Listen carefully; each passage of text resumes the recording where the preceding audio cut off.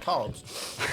And I miss them so dearly. Welcome back, everybody. Hello. It's episode 108 of Dragonborn Industries. Welcome back as, we look to, as I realised today, I know I've been saying it before, but like we really are in the end throes of this campaign. Yep. Which is wild. But yeah, we're back. Hi, I'm Ian, the Dragonborn Bard. I'll be your games master for this, the Dragonborn Industries Starfinder podcast. And I'm joined by all my lovely friends, as normal, around the table. How is everyone this week? Why, hello. Good. Yes. Oh, good. Spot on. Yeah, spot on. Indeed. Anybody got anything exciting to add into the banter this week? I've got nothing. I've been busy all day. I'm not mentioning my teeth again because I feel like it's all I've been talking about for the past week. Not on stream. Tell us. No, tell us about your teeth, Jack. Tell us about your gammy teeth. My gammy teeth. Well, I had a bit of tooth pain last week. I don't think any of us have heard about it. No, absolutely not. It's rarely ever happens. It's quite rare. So I went to a dentist and they thought, you need some root canal treatment, which is always lovely. So I had the first stage of that and they said, you know what? You'll be fine for about a month or so. Just make sure you get the rest done within that time and you're all dandy. I was like, cool, brilliant. Went home. 4 hours later, I am in a lot more pain than I was beforehand. So, therefore, I had to get an emergency appointment and get it checked out. Turns out they left some nerve in there. So they took that out right in front of my eyes and showed me what that nerve would look like. And I thought, brilliant, I'm sure that's probably it. And now I'm pain-free, so I just need to get that tooth taken out. But yeah, so I've had a lovely week. Yeah, it's lovely I love week. it when Jack tells a story that is really traumatic for him, but talks about like the kind, as if it's the sort of biscuits that he'd chosen to have that day. Yeah. It's fucking wild, isn't it? It's Yeah. like, which was really brilliant, of course. And it's just like, I'm terrified of them dentist people. Like, I just, like, you don't like needles? I'm like that with the dentist. Like, it's just not on. And, but it is, as I think it was Adam from, and I'm going to name drop because why not, from the Army Painter, who I had a conversation with on stream once, who said it's the only doctors you can go into with a problem in pain and come out not in pain the other side. Not for you, though, buddy. For me, though. Not for you. Absolutely 1 in a million not. chance. And Yeah. you hit the jackpot. The second time I came out fine, so I was all right. Yeah. So that sucks. Yeah, And, but I'm okay now, so that's fine. We must have an evening good. watching Miss Congeniality. We must. Love that film. It's just Simply one of the best must. films ever made, in my humble opinion. I think it's one of Michael Caine's best pieces of work. I just, Yes. I just love that Michael Caine is one of those actors who's just so game for anything and just will always give it complete sincerity in every role he does, and I love that about him. Yeah, I watched Children of Men for the first time, which is that's ridiculous a because I great should have one. watched it ages ago. Yeah. But like him in that film, I was like, damn, this Michael is very Caine. different for Michael.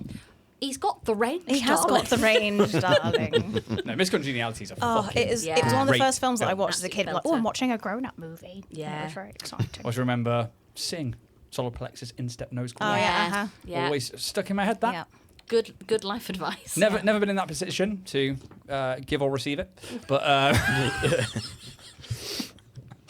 as an attacker or an attackee. Is it in Friends when like Ross goes up to you, he's like, what would you do next? Like, well, I guess I'd just run away. It's like, no, if you were the attacker. And the guy's like, the fuck?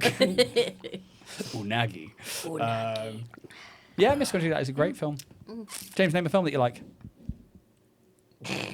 Everything just went out of my The head. Italian Job. Das Boot. I do love The Italian Job, though. It's a great film. Michael I love Caine Michael again. Caine, yeah. Michael Caine. I don't think I've actually ever seen it.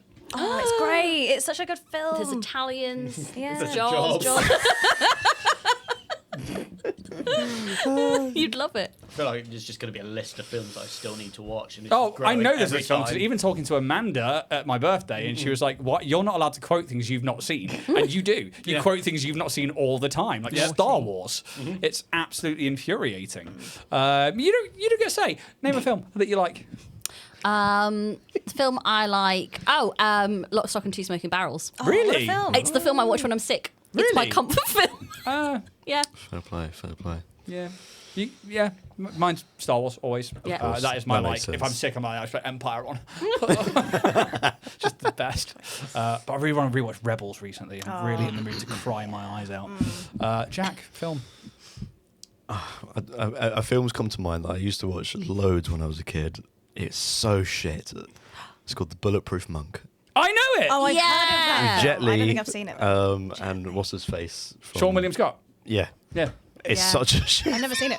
I used to watch so many Jet Li But I movies. used to watch it back to back. So I don't know why. Is it the one where like it goes through? It shows you like the X-ray of their bones breaking and stuff like that, or is that the other Oh one? god, it's been that long since I've seen it. I can't quite remember. But He's got like the pole. He's like spinning around. There's like Nazis that go to like this Buddhist temple, like and Yeah. like- Yeah, and you know, classic indeed, yeah.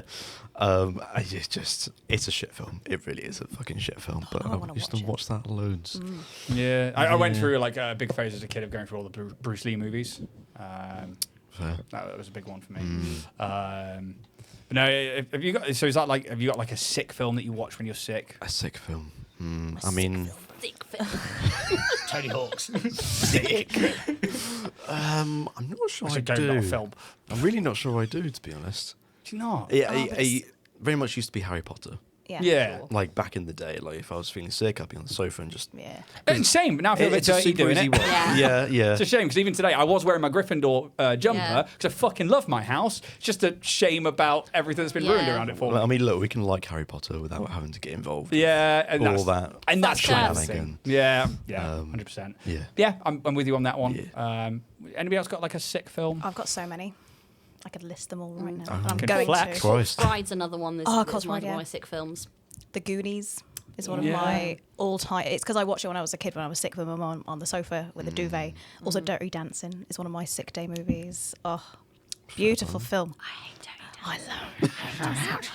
It's so good. Indiana Jones. Yeah, yeah. Always will put them on, even at Christmas. Be like, Indiana Jones. Indiana Jones is great. I love that series. Again, big one as a kid. Like I liked a lot of like action films, that were like kind of Tomb Raider adventure-y for me. Because Yeah. Tomb Raider was like my first game that I properly played, and anything like that was kind of cool. And also seeing the only actor from Star Wars doing something outside of Star Wars. So. Yeah, well, there we go. Well, let's cut to the chase then and get straight into some announcements. Steph. Bam, lazy one today because I've had a migraine. But I'll tell you what isn't migraine inducing. The quality of Richard from Warrior Prince 3D's 3D prints. Whether that be sculptures, minis, maxis, terrain, cosplay items, whatever your little heart desires. Droids! Richard can provide it for you. Just head on over to www.warriorprince3d.etsy.com and use our permanent and exclusive code to the stars to get 15% off your order. And if you spend over £20, you get a free 3D printed, unpainted Starfinder badge. So you should do that. You should just go and do that right now. Right now. If you can't find what you're after on his Etsy, which, you know, slide onto his DMs at Warrior Prince 3D, and Richard is more than willing and accommodating to be able to do a custom print for you. Yes, he is. Thank you very much, Steph, and thank you to Warrior Prince 3D for sponsoring the show. Our second sponsor of the night are Loki Battle Mats and Box Fresh. We've got some new gear from them. We've got Epic RPG Fails. We've got Dumb Dares and Silly Side Quest expansion. So I'm going to run the dungeon again, and I'm going to have you guys do it this time. Yay. And Box Fresh 2, Jack's going to start dreaming off. Oh God. Yay. Am I doing Deck it? of Am I many doing it right now? insults. Am I doing it right now? Expansion. Yeah, you are. Yeah. Because if anybody who's watching this show hasn't checked out the start of our campaign, we had the Deck of Many Insults for a while. Mate, it's a Got bit... some I'll be here a nails. while. Keep talking. Keep talking. We had the Deck of Many Insults, and Jack reamed them off against every one of us, and his delivery on them was spot on every single time. I'm panicking. If only it was as spot on as his box opening skills. Shut Yeah, up. you know what I mean? But you can check out Loki Battle Mats on the link provided in our descriptions and in our bios and link trees. Go check them out. That link lets them know you've come from us. And go check out these amazing expansions to some of their already amazing TTRPG stuff. Hey. Jack, I'm in. now you have the box open. It's time to reel off some Deck I don't of know. Many Insults expansions. Are you really struggling that I'm much? inept today. Right, what have you done? I haven't done nothing. Oh, you've done nothing, sir. That goes to the See, end. it's not as easy, is it? It's to be... Oh, I see what's going on. It's got stuck over the side. Your box It's maybe not is my hard to problem. open. Jack's defence. The box has Why, got a thank little overzealous. Do you want me to take the paper? Yes, as please. well? I mean, Shall I introduce it we've again? already come this far. Yes, please. We have the new Deck of Many Insults expansion, All right. which Jack is going to deliver one to all of us now. Okay, who wants to be insulted first? Siobhan hasn't had one before. Oh, okay. No, I haven't. All right. Insult me, You're up please. first. You're as much use as a sherbet butt plug.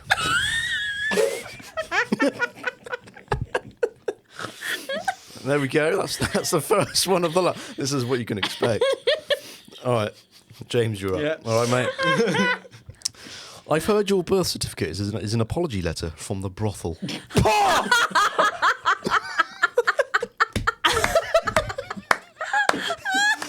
God damn. These ones got some fucking zing. Savage. All right, Steph. Hello. There's less appeal to you than a vajazzle on a ghoul. I love it. And Ian, yours is... What you lack in looks, you also lack in intelligence and fucking charm. Okay, ow.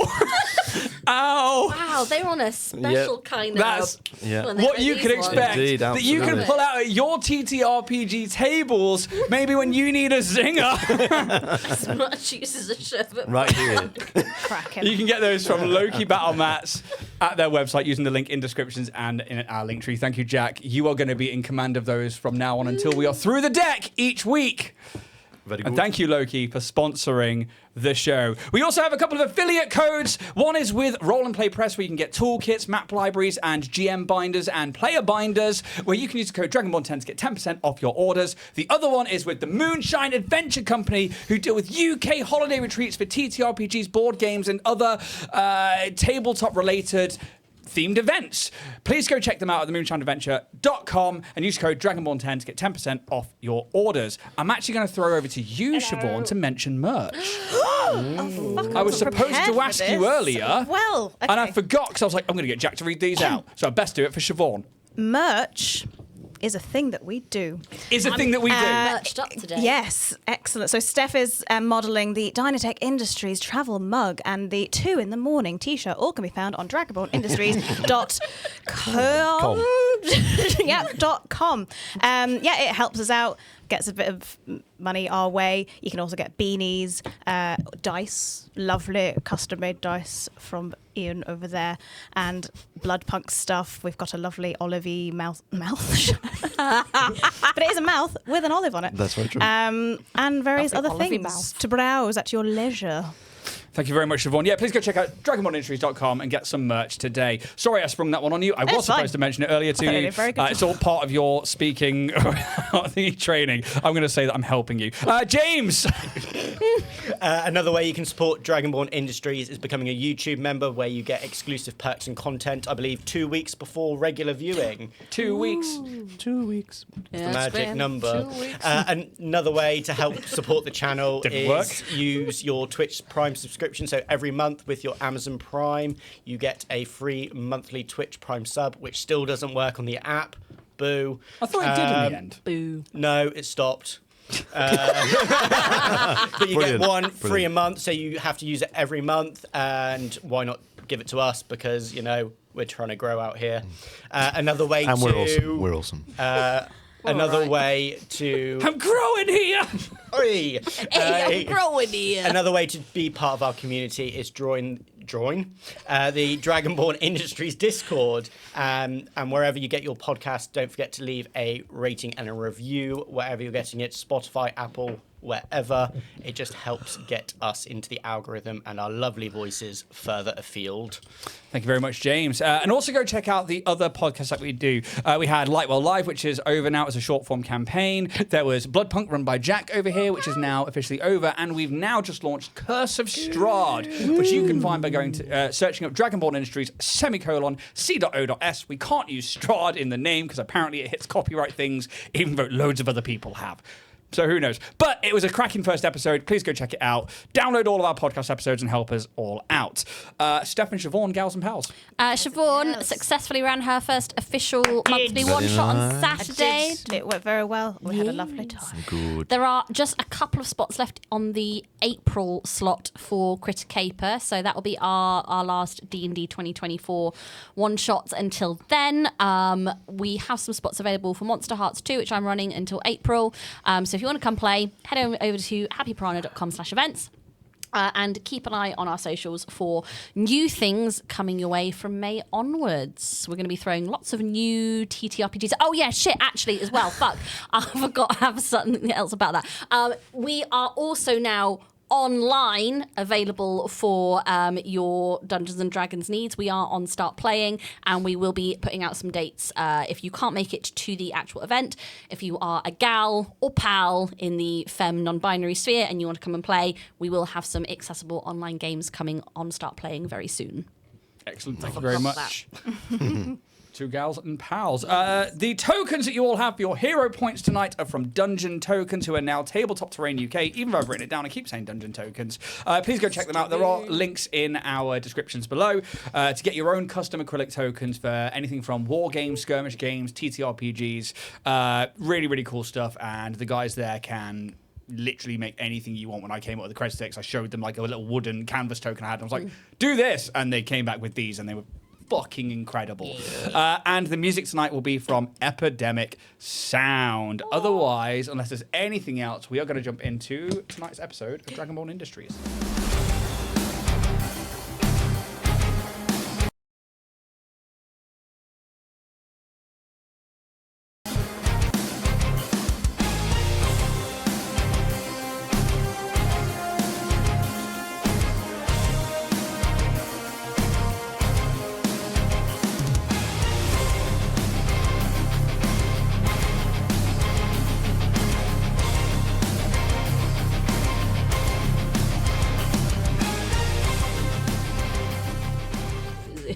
Ooh.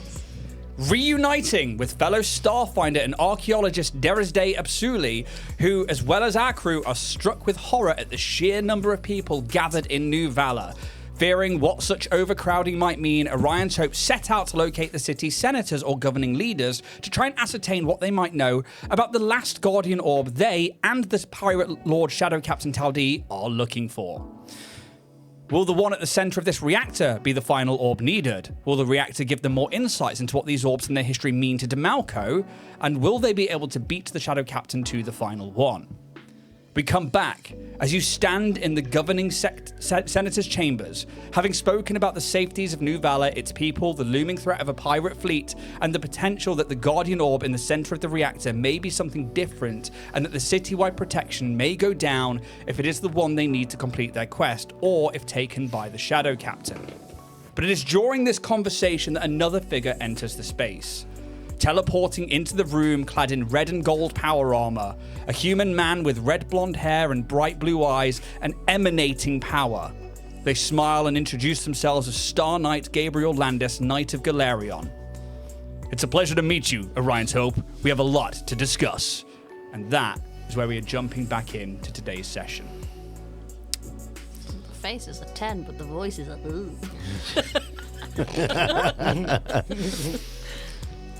Hello. Hello, Star Knight. You can call me Gabriel, it's fine. All right. It's gonna get confusing. It's good. It's going to get confusing. I was here first. Been here for 2.5 years. Oh, well, we're the crew of the Orion's Hope. Yes. I believe you've got a mech for us. We do indeed. Amazing. Pez is very excited.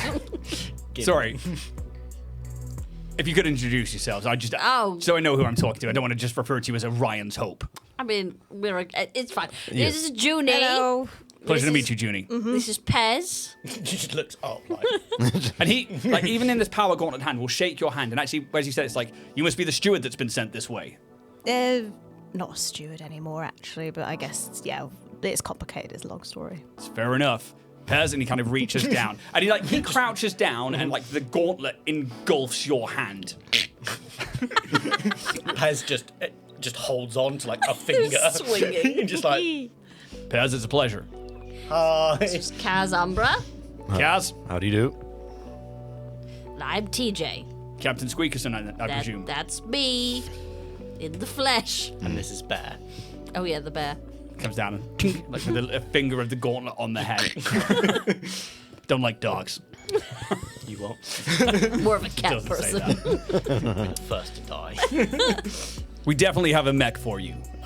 Courtesy of the stewards, we were informed that it needed to be carried out here past the Pact Worlds, and we enlisted Sanctuary to aid us in that quest. We can get you up there and get you acquainted with the mech as soon as possible, and any information you have on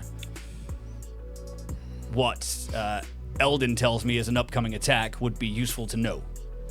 Sure. Here's the press release. Takes her. It just like blips on like a small screen on the inside of the collar.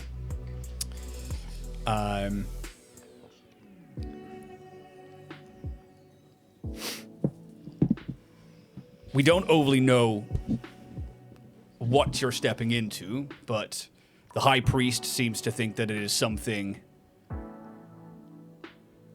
galaxy changing. Also, that the stewards also seem to think that the Knights of Galerion's help is mostly needed with any tasks you have to complete here, or that you may not get completed if the unfortunate is to happen. Just leave it up to them. We've already died once this week. Yeah, we're kind of at our limit. Yeah. Well, we do want to see the reactor that these people have going on, as we think that it's probably the last piece of the puzzle that we're going to need for this galaxy-changing event we seem to find ourselves in the midst of. There's a particular orb, a guardian orb, within that reactor that we need to see to make sure it's still there. I will make a check. With the dice. Roll Have you lost the dice. campaign dice? Oh.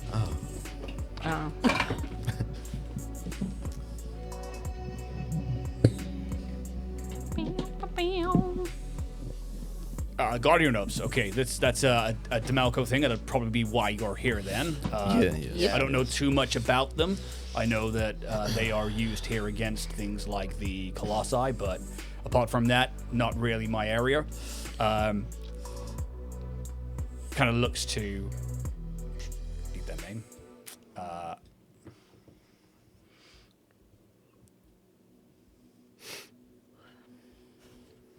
So many notes. Jimmy.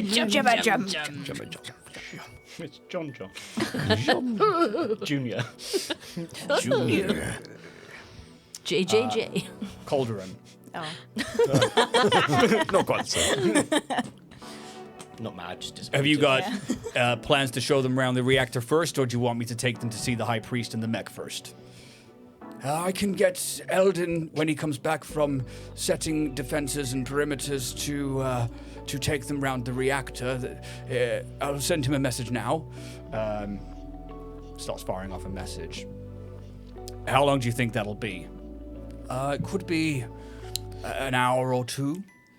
Well, if you've got some time to kill, and any questions you might have, or any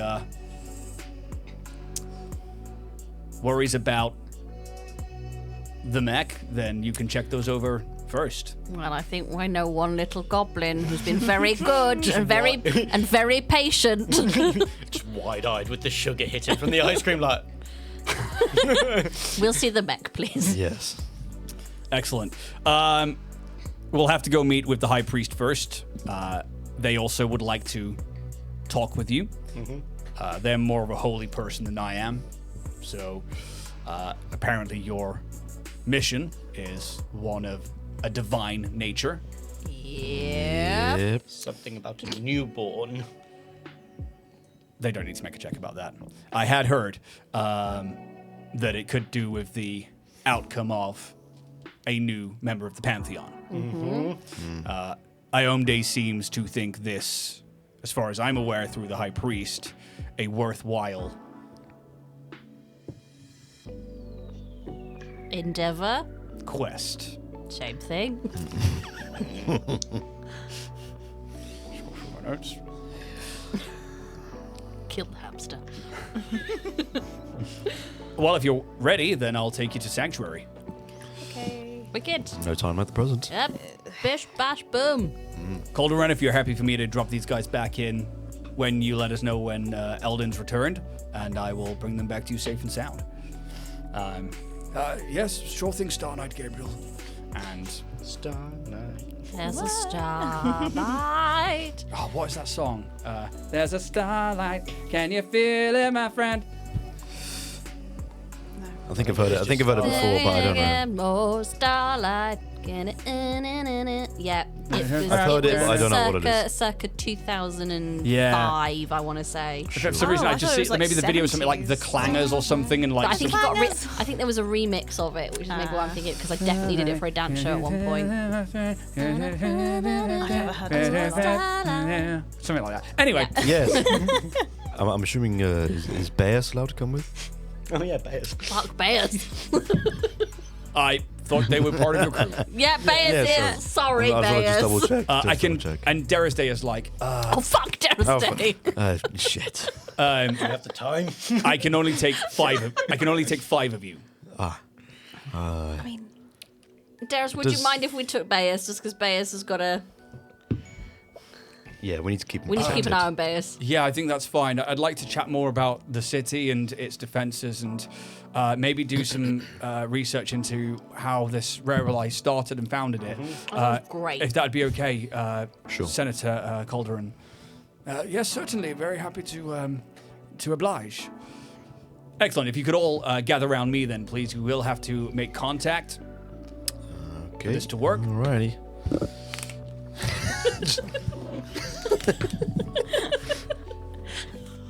Go, go, Ryan's home. Please don't let go until this is over. It's like a. But then you see, like, the gauntlet at the arm, like, comes out, it's like, do not let go. Okay. Okay. so we're just having a bit of fun. Yeah, you don't want to get cut in half. And as you stand there, ensuring contact has been made between you, and you all begin to feel as though your entire being lightens, starting at the very edges of your every surface. It begins to like move inwards. There's no pain or feeling of discomfort, just this sense of almost like you're coming away from yourself. And there's a blue glow that begins at your feet. And it begins to work its way up your bodies. And as you look to each other, you see that the feet and legs of your companions are turning into the same hexagonal-like pixels that Star Knight Gabriel Landis appeared in. This continues up your bodies until the wave of light and shapes passes over your vision.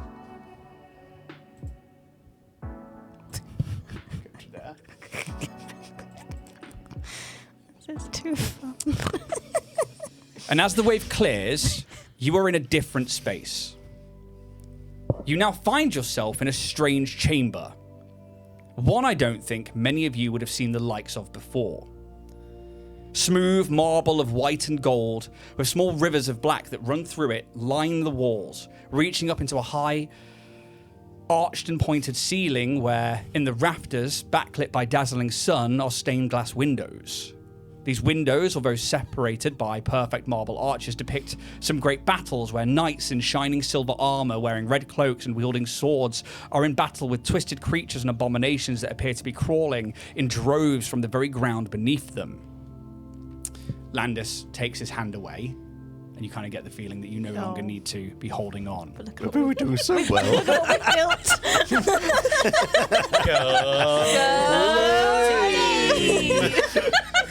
The sound of choral singing can be heard throughout the chamber, and immediately you get the sense of a heightened and thoroughly followed dedication of religion.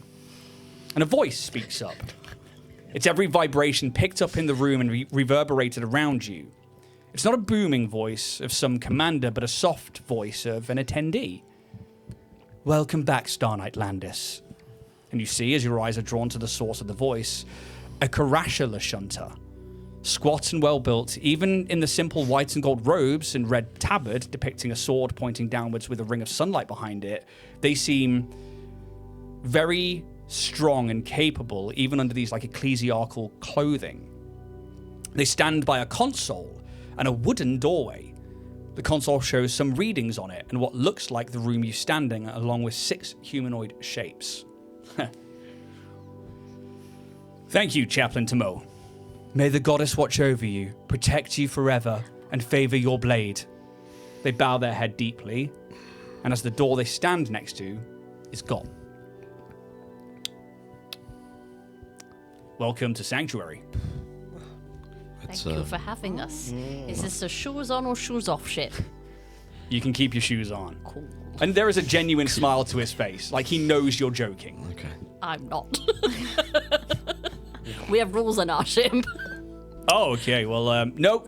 This is a warship. This is, you want to keep shoes on all the time. Cool. A lot of moving components. Yeah. Just in case daggers Genuinely, are on the floor. there is an organ and choral music playing throughout this chamber. Wow. John Cena. It's a pleasure to be here. He just smiles. It's fine. You don't need to stand on ceremony for me, honestly. I'm a Knight of Galarion, but I'm not part of the Church of Iamday. Okay. Okay. Cool. We are two separate entities. We So just sort of like take, just getting that sweet, sweet church money and no. The Knights of Galarion are funded by themselves. sick, self-sufficient. The Church of Iamday as well, the same thing. But we have a lot of similar goals and moral alignments. So it kind of makes sense that we tend to work together on a lot of things. But we are here as Knights of Galarion, but we borrowed the Sanctuary and from the 4th Fleet Invictus to bring you the Leviathan class mech. Amazing. Well, thank you very much. Your help is appreciated. Indeed. Do you get much visitors on the ship? Not many on board. It tends to be most of the crew and any special delegates, maybe. You would actually be probably some of the first people on board Okay. outside of the crew in a long time. Wow. And the Knights of Galarion. How often does your crew change? Not my crew. Hashtag not The- my crew. My crew. particular crew, I work with 2 other Knights of Galarion that are here on the ship. But I'm not sure. I know that some people move around, but within the fleets or moving between different roles, especially when people become more powerful or are promoted. However, that's all. You'd have to talk to members of the crew about that. That's more their deal.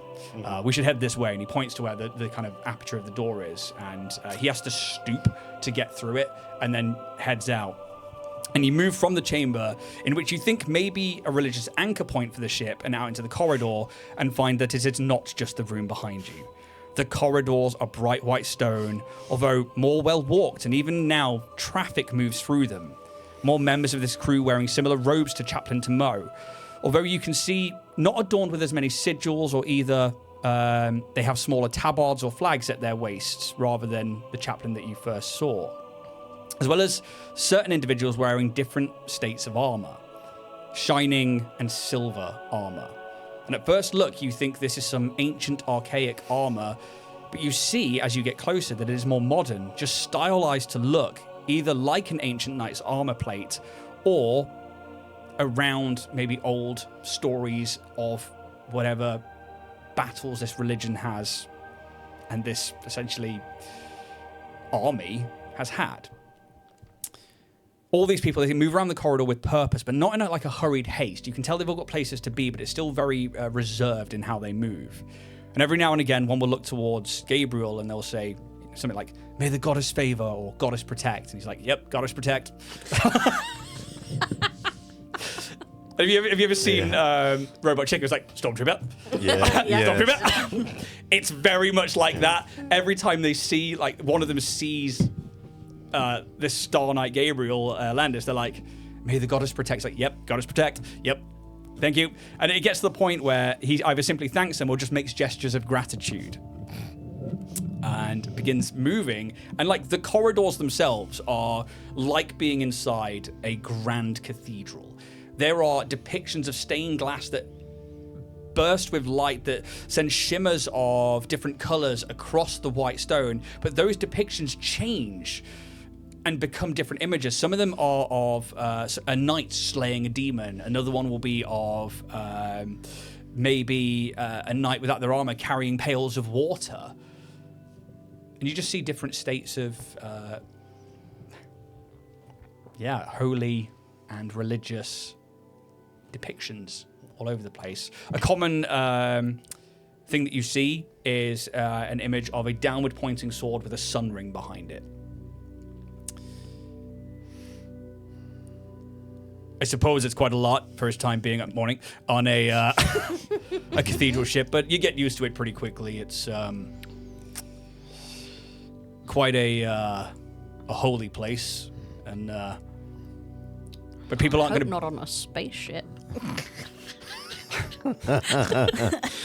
I'm so sorry, I couldn't help myself. Yeah. No, that honestly, that kind of humor is going to go down well with me.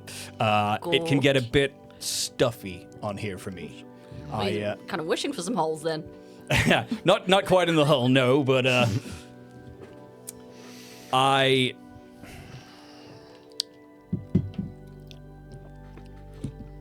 I'm a proud member of the Knights of Galarion, and I've spent many years working my way up through the ranks. But the further you go up, the further you come away from what you think you signed up for. Sure. Which puts me in more of a stuck on board admin position, so quite glad to stretch my legs and work the power armor every now and again. Yeah, that thing's sick. Thank you.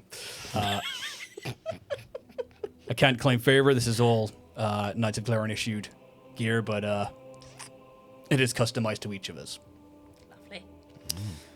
I mean, and he's like kind of like going through the footage you see of like the stuff. Seems like you guys have had one hell of a journey so far. Well, you could say that.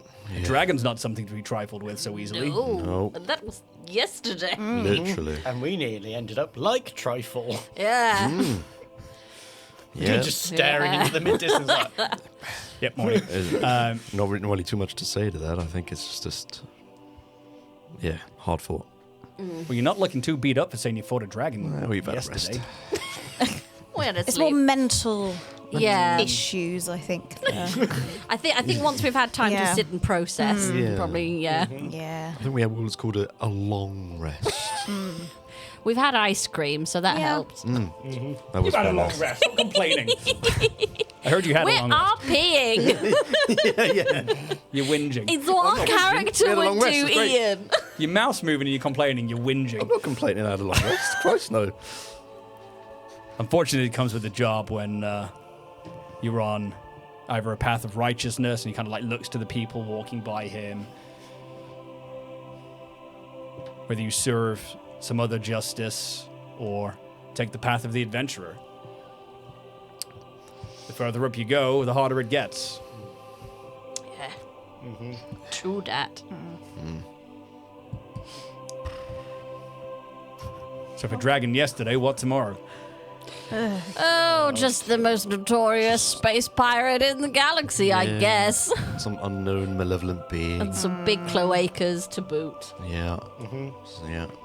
Just a few things. Just a conglomeration of Just a little you know, cherry on top. some horrors Yeah. yet to be A discovered. horror cherry. Oh, a horror cherry. It's dripping. And, dripping with horror. Dripping with horrors.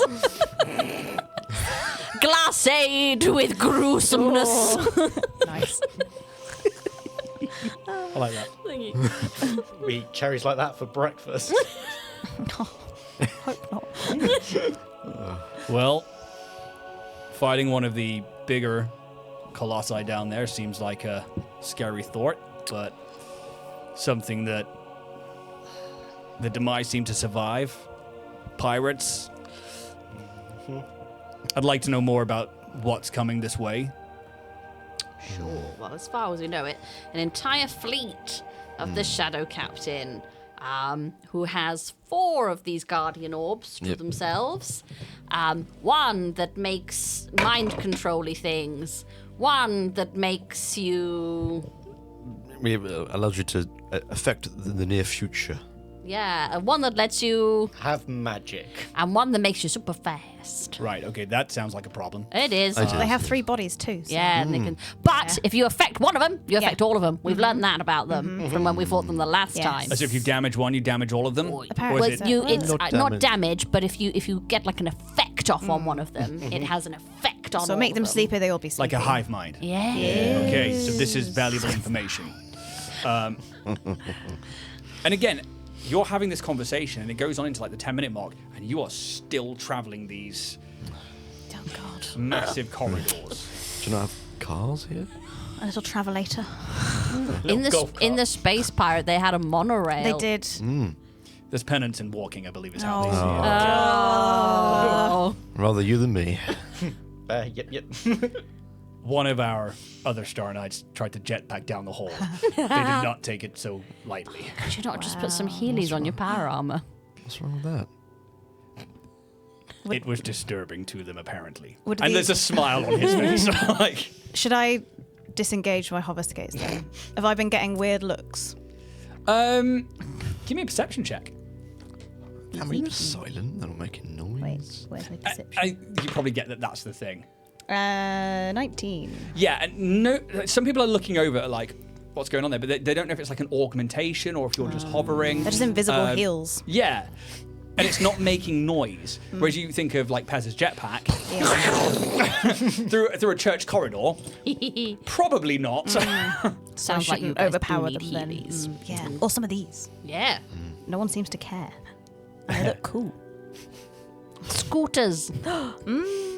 I am Spooters. blessed with a few arcane abilities that allow me to teleport about the place. Oh, fancy. So I can usually get to where I need to be. It's quite a waste of resources, but I do have to. Well, it means I don't have to walk the corridors. But bringing you on board, I did have to follow the proper procedures. My other companions, unfortunately, since then have to follow procedures quite tightly. But one of them doesn't seem to mind. She is a follower of Ion Day and quite enjoys being here. The other one is a little bit more renegade. Renegade. From the looks of your adventure, I think you guys will get on. You Oh, see, God. like, presses play, presses stop. Yeah, tape cassette. Just blinks. out. Rewind. Side speed.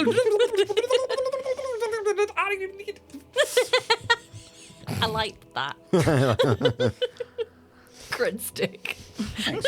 I'll take one. Yeah. I'm not doing that to you guys. So, 3 bodies, 1 hive mind. What kind of size fleet are we talking? Beak. Oh, big. 3 large ships. Very large ships. 1 Leviathan class. 3. Thought it was more than that. Well, it's 3 very big ones. And then like kind of And then, like, loads of small yeah, ones. yeah. Okay, so we're looking at least Armada. yeah, small armada. Yeah. Yeah. And one's called the Voidmaw. Yeah. I don't know Okay. if you can. We've got some bits of layout of that as That's, well. that's very so- true. We do. Okay, yeah.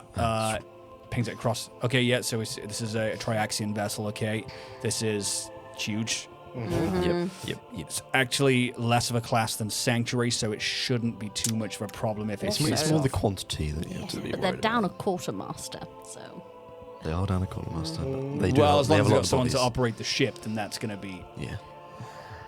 down an engineer, down a.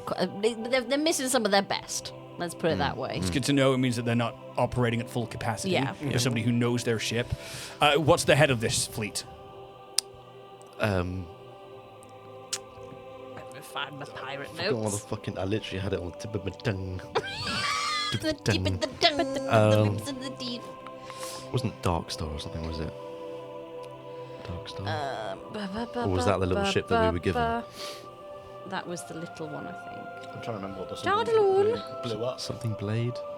The Nova Blade was the thing that we stole Oh, from. and the Sylph and Yeah. Bruce took. I I feel like it was Dark Star. I don't know why.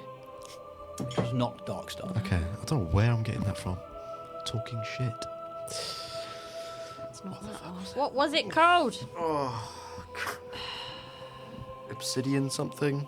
Nope. No.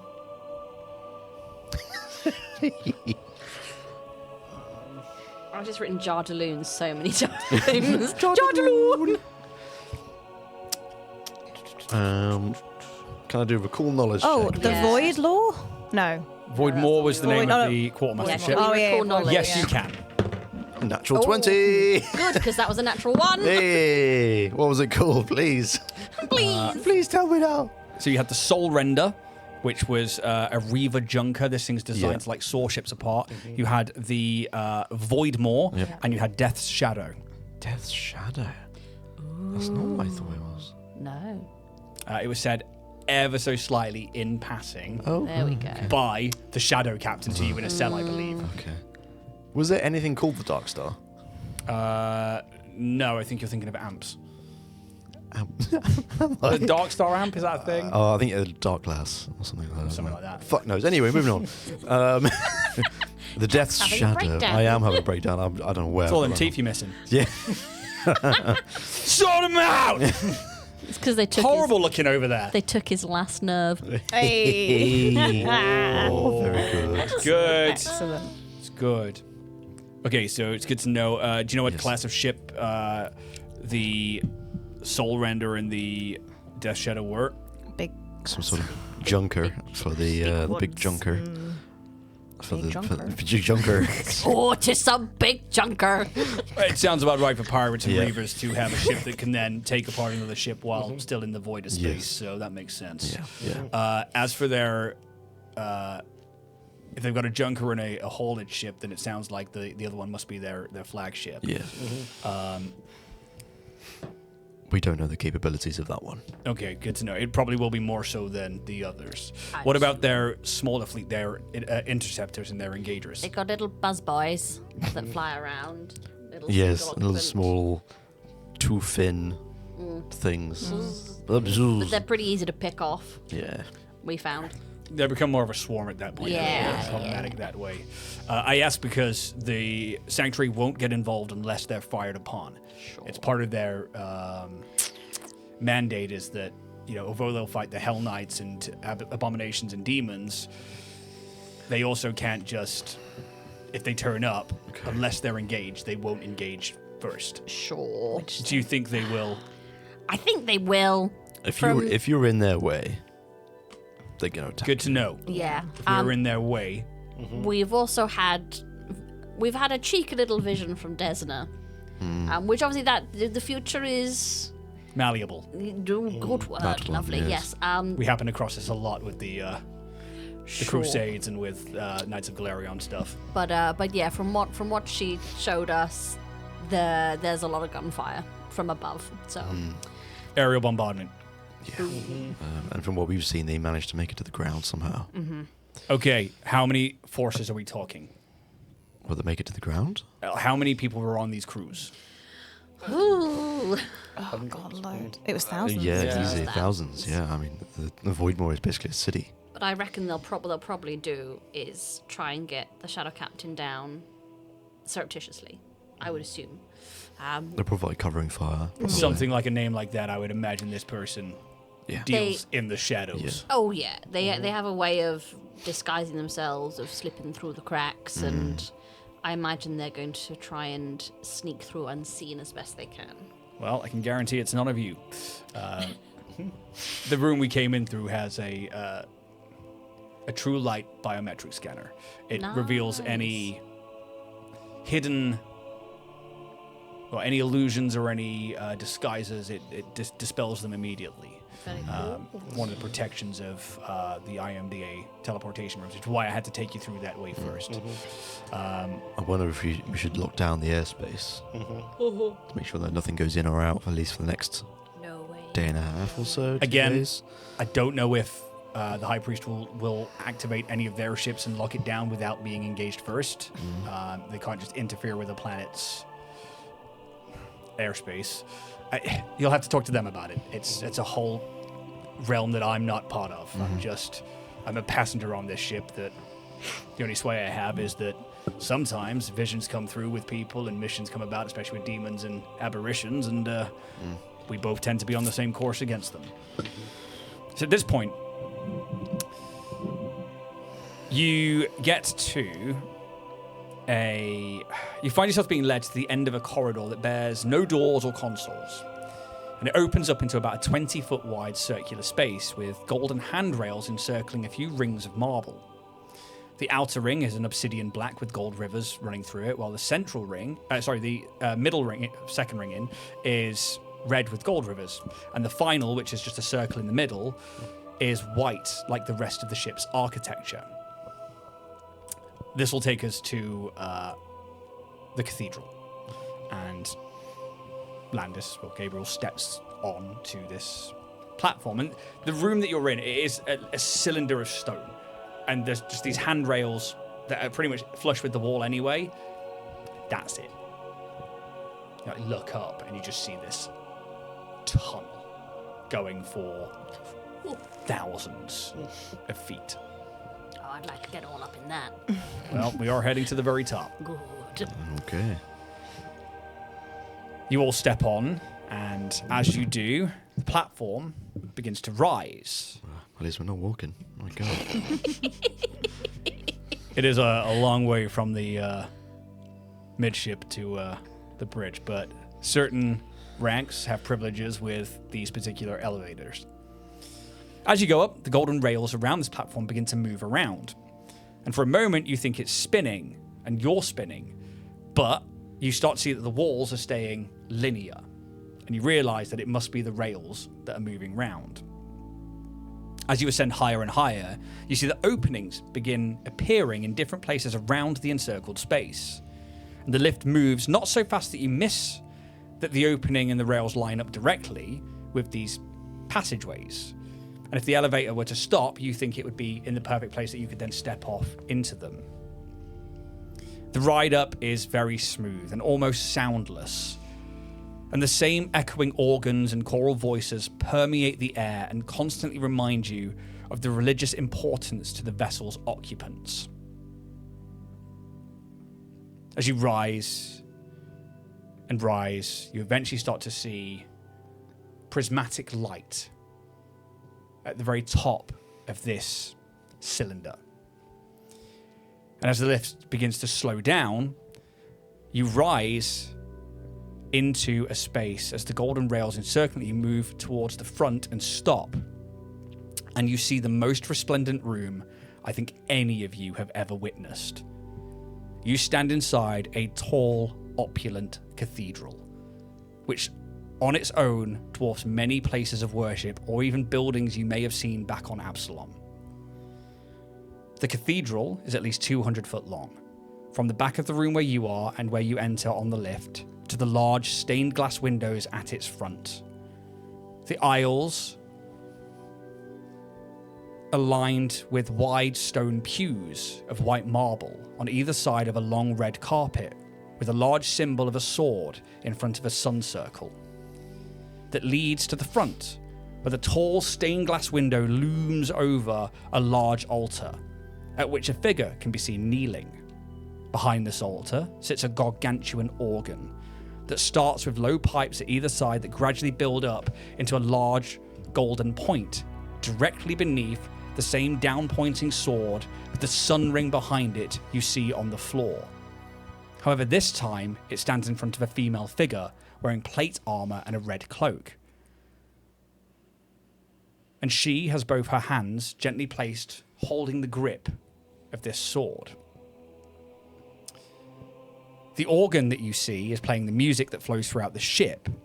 The organist is not quite in view behind the altar from this distance, but in this proximity to the organ, the feeling of divinity fills you.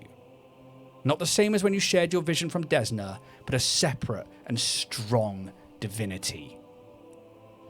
The rest of the stained glass changes to depict various heroes of valor kneeling to the same female plated figure, offering her their swords or fighting more demons and devils. You see depictions of burning villages and the saving of its people by knights in the same garbs, or the slaughtering of more abominations in epic battles. All while this female figure in plate armor with a red cloak calmly stands in the center of that stained glass, her sword pointing downwards towards that top point of the organ. An impossibly tall, arched roof reaches up into the heavens above you, its tall spires lit up by the refracting light of the stained glass windows that change and make the light dance in ways that matches the music that's being played. Come on, this way. And he gives you a little nod towards the front, and you begin walking down this immensely impressive space, and you see next to nobody here. And as you get closer to the altar, you see that the lines of pews end and meet with an area of pews that are of the same design but maybe a little less wide, that are set out in a semicircle around that altar. You think maybe this area is for higher ranks or members of the clergy. The altar is a large white marble flat bed, maybe 20 feet wide, with a red tabard in the center.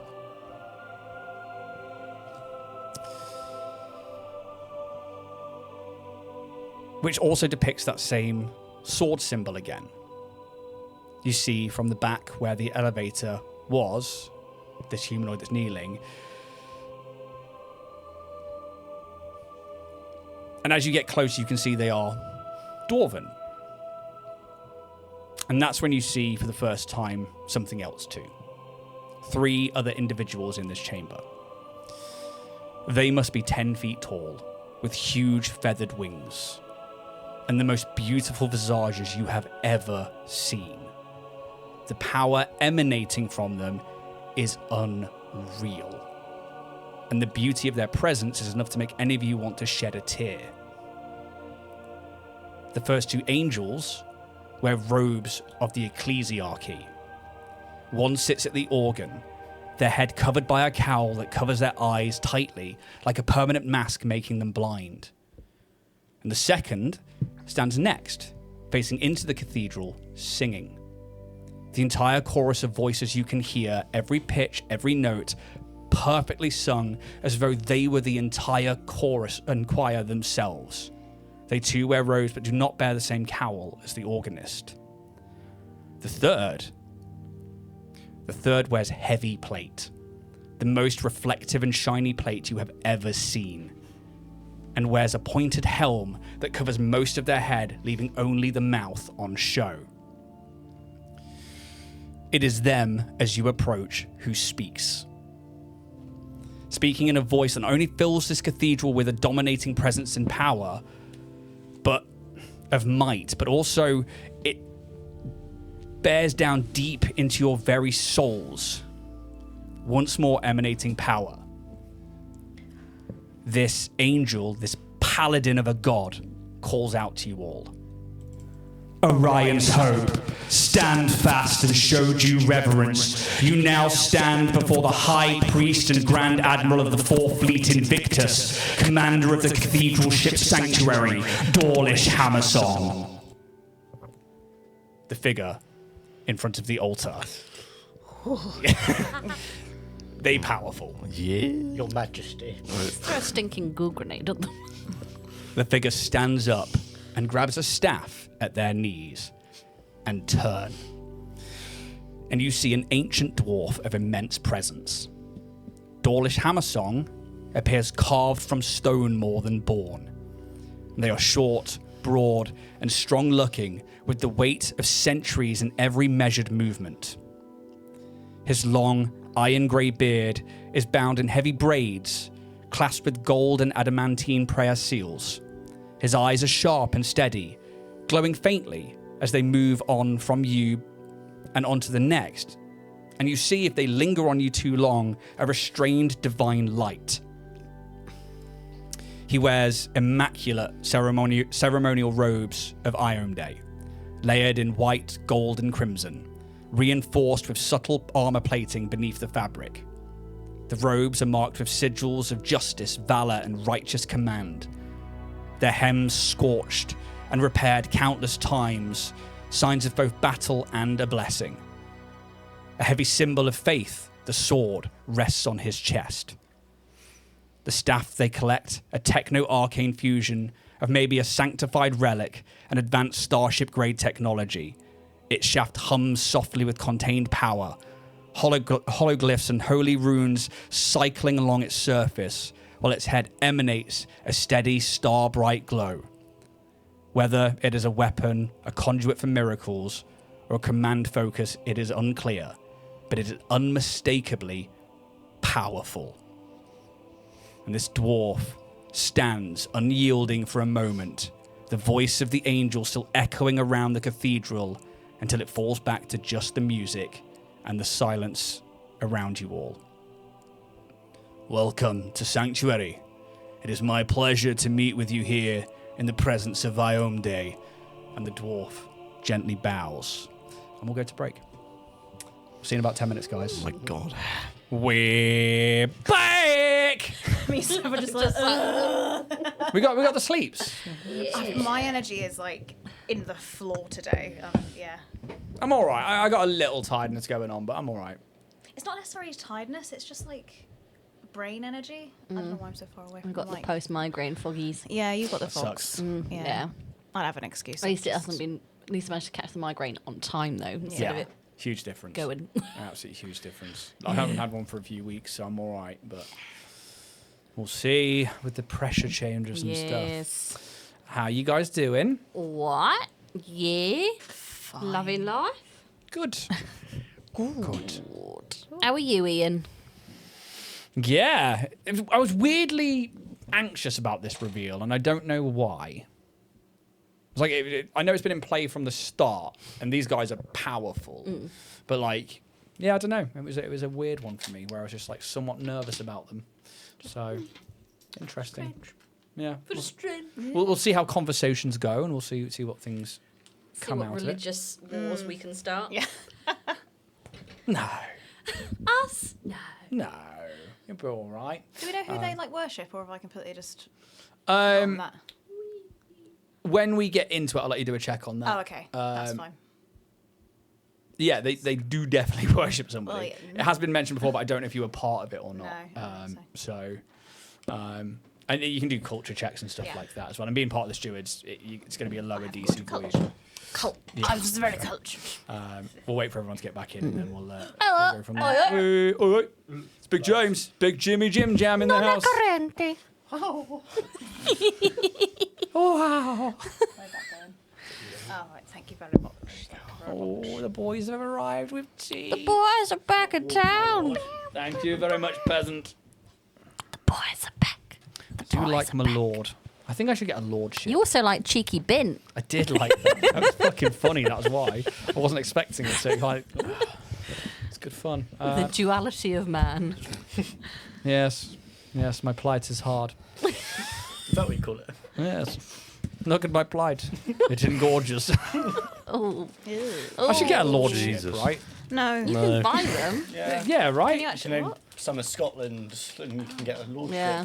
That feels a bit strange. You can buy a parcel of land. Oh, Parcel. a parcel. Parcel of A mere land parcel. comes with a title. What constitutes a parcel of land? I think there's. Is it a 5-foot square acre or something? Oh, don't mind It's not if I a- do. I'm ready to smell those. It's not a lot. He doesn't sound massive. Lovely. Thank you But very it could be one of much. those things like, oh yeah, like 10 acres is a parcel of land for a lordship. Well, wasn't there something know? like you could get them in like a little box and have it shipped You to you or literally something? can. Or it's like a part of it or something. Just the concept of a parcel of land seems so like out of my price range. You can It's get just a 1 silly square word. foot of land, Oh, sick. and you would be. It would come with a lordship. Just want to smell them, James. I just want to smell it. I really want to make these because it looks really fun to pipe them out. They're just really satisfying. Yeah. Oh, the sugar! Huh? The piping on them's quite hard to do and I get bet. them right, and then make sure they cook. Can you evenly. make Made them biscuits? before. Yeah, Why are we not doing a cooking show with We James? should have a Of baking course show. you can make Yeah. I'm Italian. Of course we can cook. Well, You're right. Make me pasta, we James. didn't. God we damn didn't it. Why have we persecute not- him enough. you can cook pasta. Yes, please. Yes. Yeah, Now. I'll do it one time. When Yay. I have a Monday off, I will make fresh pasta, and I'll bring sauce as well. Yes. Oof. Oh, God. Pasta. Someone's in line for Just a like gobbling. Mama used to make. Oh my days! If you It's like why aren't we doing like you guys making biscuits and stuff? Yeah. I've made. I did- Do you mean like Yeah. on stream? Just baking in general. Just have a chat I've show baked where for we. you before, I just did not like. catering as a GCSE. on camera. Like, got a Really? Did you? Yeah. James Correntin. Hey, the catering and you haven't made us pasta yet. James has cooked for me before. It was lovely. Well, He made Well, it. there Wasn't we fresh go. pasta though. No, it wasn't, but it was still lovely. The Thank sauce you. was phenomenal. Phenomenal. Phenomenal. to make fresh Phenomenal. pasta. God, I need to catch up on that show. I've not watched it since we did UKGE last Yeah, year. no, I haven't either because it just wasn't the same. Yeah. Maybe that's the ride up. I think it is. I mean, like, yeah, that was marvelous. Just That spending was. the whole of that Friday being like phenomenal. Right, shout out to the delirium. Glass Cannon Network. What a great show. Yeah. The Ascension series. I fucking love them all. I think Troy LaValle is probably my favourite GM, but like fucking. Yeah, We had a lovely time watching. they probably need a little boost. Go check them out. 92 days to You're welcome, Glass 92 Cannon. days. 92 days. Bugger. I've got so much work to do before then. Yeah. Fuck. We're going to UKGE, by the way. We are. We're not vending, but we will be about with lanyards and just hanging out, being us and meeting people. So if you see us and Say you're hi. there, say hi. Jack and a wife beater. The best stop. This kind of stuff. Let's not set a precedent. So Please I turn have up to in a go white. in a white We'll do you a beater. Dragonborn Industries wife beater and a canistella. I think I've got one of the little chalices if you want it as well. Oh A proper my Stella glass. God, Yeah. I just cannot imagine you I in can't. that at all. It just He doesn't. wouldn't look right. I want to see No. you in a It'd be a white juxtaposition. net vest. Net. Yeah, but still having a mustard stain on it, Oh, which means it went through to skin. That's fucking disgusting. He's Is it fucking Onslow rank. from what's the Hyacinth Bouquet show? Oh, and keeping up appearances. Yeah, Yes. Onslow. Like he's like always got like a white vest or a net vest on. It's like got a skin stain on it. Ugh. That's an old British show. Oh, Hyacinth Onslow. Bucket. It's bouquet. My grandma looked like her. Yeah. She died last year. No, this year. Your gran? Patricia- No. No, Hyacinth Bouquet. Patricia Routledge. Yeah, Yes. Yeah. she was marvellous. She did a very good audiobook of Wuthering Heights. Yes, she Yeah. did. Very lovely voice. Jack's checked out. Some You said Wuthering Heights and he went, some very good things of that about Wuthering Heights out and about, but not presently. he's saying the film shit. You can say things. You can have an opinion. I haven't seen it and I think it's shit. From what I've seen and heard so far, I think Shocking. my opinion will be correct. Yeah, we need to go That and it would hate be watch shit. it together. I We think do, Yaz yeah. wants to watch it. Well, there we go. Maybe that's a Sunday after the Yeah. wedding. She said, Yeah, "You're not we'll going to come to the cinema with me," and I went, "PTSD, no," and also Wuthering Heights, no. Like, I There don't mind Regency, but like, I just feel like that's not going to be the film There for we me. go. Okay, that's the plan. We go out, we get free stuff from the wedding fair. We go and watch Yes, Wuthering Heights. and hate yeah. Cool. Sunday sorted. I found Bam. the Cliff Richard version of Wuthering Heights that was a musical on TikTok. So fantastic. It was like my soul. I can't remember. James has checked out too. It's so good. Jack's rolling his eyes. James is back in his chair. It's so good. Like it's Oh, Donny it's so Osmond, funny. Joseph and the Technicolor Dreamcoat. These two levels don't of- know who or what that is. Oh. They You don't know haven't what? got a clue about Okay, I'm sorry. anything cultural or musical at all. You don't know who Donny Osmond is? No. Oh, fuck off! What the fuck? How do you not know who Donny Osmond is? And they Let me call search it up some- popular. My mum had a Donny and poster. Marie? The Osmonds, Jimmy he Osmond. They're did, Mormons. Be your man. Jesus That's Christ. Donny Osmond. Special subject activated for right. Siobhan. The Osmonds. I know his face. Sweet, Yeah. sweet Donny He's Osmond. a very sweet man. I know. I don't know him. Googling him than before. Donny Osmond. No idea. And he did He played Joseph in Joseph and Yeah. the Amazing Technicolor Dreamcoat by Andrew Lloyd Webber. I've heard of that play. Fucking hell, yeah. It's a I had to musical. sing that in school like Yeah. religiously. I close my eyes, drew back the curtain. Fucking UK primary schools, motherfucking get in. That Elvis and- Blue Suede Shoes by Elvis. What? That So is you're such- not going to a religious primary school? Yes. And they let you do Elvis? I know. Wow. Did you guys ever have seek ye first the kingdom of God? No. That no, sounds we like didn't. Protestant nonsense Oh, to me. That deserves a credit. Yes. Stream. yeah, Oh, fucking sick. right it does. Have you heard Jason Manford's updated Assembly Bangers? No? It's a treat. Well. It's a Assembly proper bangers. treat. What was your favourite like school assembly song? Oh, him. Oh, well, got many favourites. I genuinely cannot remember any of them. Really? I'm not even sure I did any. Not down here, you didn't. I stand by the sea and look It out was the all just fish. shanties. The thing is though, like we had in the once was a 90s man. mostly Church of England primary schools. So I can't remember them. Bind us together, Lord. We might- Bind us together. We might have done one, but I just don't Bind remember. us did you ever together. from the tiny ant to the elephant? I've never heard No. that one. What? Oh, is that for Noah's Ark? No, it was like about how God loves everyone. Oh, and, okay. Like More Protestant nonsense. Yeah. it was. yeah. We had a lot of Protestant nonsense We songs. Follow did- me, Doesn't the sound- hymn. No. No, Follow we're in me, different follow circles here. me. Yeah. Lord of the Dance was a banger. Dance, dance, wherever you may be. That was a banger. Give me oil In my lamp. Keep me burning. Oh no, yeah, no, that one, yeah. I wonder why I'm not religious, or I claim as modious. We had Sing Hosanna. Well, we only brought that one out at Christmas. Oh my god, fucking belters. Action. What's the one where it's like it's got the whole Whole world in his hands. See, I like that 'cause it was on. What's the one with Nick Cage where he's on the airplane? This little line, yeah. and they crash and it's fucking Oh, convicts. Con Air. Con Air. Con Air. Fucking great film. Oh, it is great. He's like, he's got the whole. I fucking love that guy. Especially at the end, he's just fucking walking across the desert. He's just like going towards like civilization. Like, he's got the whole world. That's the kind of character I want to play next. Oh, God. Just a fucking psycho. Step along the road I go. Don't Yeah. know that one. Oh, there's one about walking in tandem as well in the sand, like the footsteps in the sand. I don't remember how the tune went, but I'm sure there was one like that as well. Yeah. Well, like he walks beside me or something like that. Different circles. Oh, massively Primary so. school It's bangers. fascinating. Well, I can still remember our hymn book. It was yellow and blue. Oh, we didn't have a hymn book. No. We just had like the little poster board with handwritten. We didn't even have lyrics that. on. The other years knew it. You hummed along until you knew it. There's a woman at the end on a piano. Wasn't a teacher. Yeah. At church, you'd have like the thing where it'd have the number of the hymn on the little board, so you could like check. I would always Didn't have a if I got church in really school. bored- No. What? Not School until I went to assembly hall. secondary school did I have a church. Oh, we in had to go school. down to the church because we had to walk down the hill to go into church, which was in the village. Wow. Yeah, every does. Tuesday morning, and I hated it. Wow. Oh, it was fucking boring and Catholicism. cold. Yeah. No. Yeah, so- you could check the hymn book and say, "Oh, what's coming up next?" And Jack went So you off to could his little rehearse. Satanist rituals. Pagan nonsense. I'd have killed for that. Like my secondary school was very C of E, and like we had to go to church, and there was like a church on site and stuff like that. CV church as well. It's boring. It's Yeah, more see, I boring escaped than Oh, it's all Catholic boring. church. But I did read the entire Bible. Also boring. It's not for me. I apologise if you're religious out there, but it wasn't for me. Yeah. I did more religious songs in just secondary school, apologise. but What that's the because I was a fuck? choir girl. So Yeah, fair. You don't need to apologise. I know. I don't apologise to you cunts. What the fuck did I just do? Protestant nonsense. Yeah. I turned another cheek. Good reference. Oh, fucking hail Satan. Let's go. Yeah. Balance out. Come on.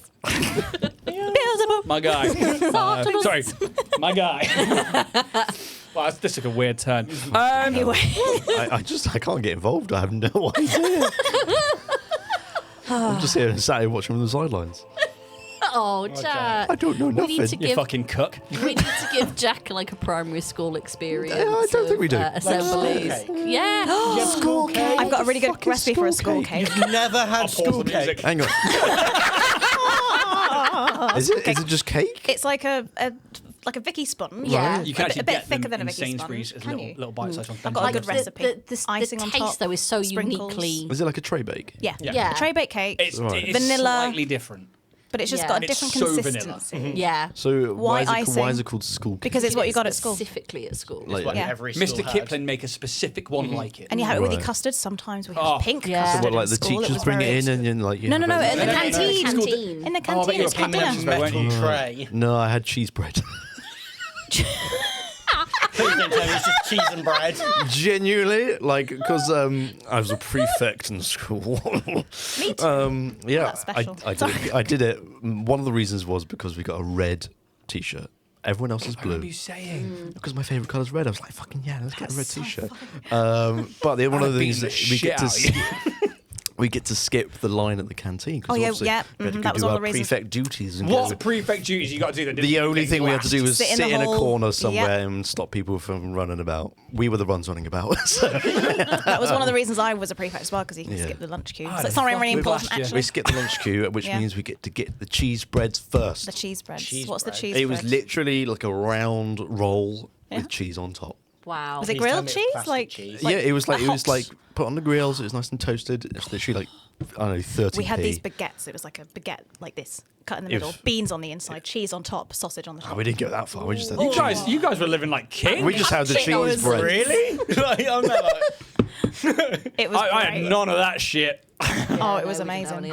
I got the poor man vouchers, and I got Yeah. to stand in line, and then I got fuck all at the end of it. Yeah, I had the poor man voucher. I was allowed the poor man vouchers, and Mum went, "We're not going to give you the poor man vouchers because nobody must know that we can Yeah, get the poor man vouchers." exactly the same. Yeah, so I went in with the pat lunch. Until like sort of like I think year 5 when my mum was like, "You fucking need them. Like you're starving at home. We've got no food. Fucking Yeah. eat at school." Yeah, my brother got full use of them, and I was like, "Why didn't I get this? I had to eat the pat lunches that I didn't want instead of the cool like canteen food." Mum was like, "Wow, no one could know." Our canteen food was shit though. It was really shit in primary school. cheese breads, man. Yeah, this was in high It was school the with fucking sausage shit. We got cheese told off bean because we bought too many. Because also, if we skip the queue, we buy them all out. Using your and then prefab You sell them on at powers. least. Yeah. Hey? We sell them on at least. No. Fucking make profit. We fucking hate them bastards. This is like pre-Jamie Oliver's nonsense as well, I think. Yeah. Glad I yeah. missed out on all that shit Yeah. as well. Yeah. Yeah.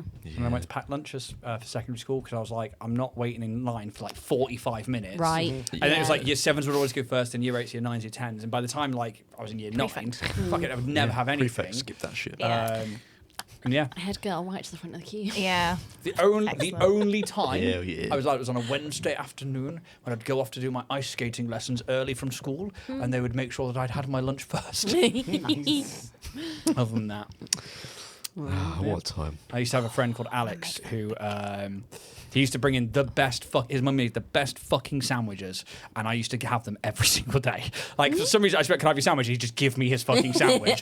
And they were like a proper like sub roll with like fancy like M&S ham and cheeses. And like he just wouldn't eat it. He'd eat the Mr. Kipling fucking bar, and he was like quite.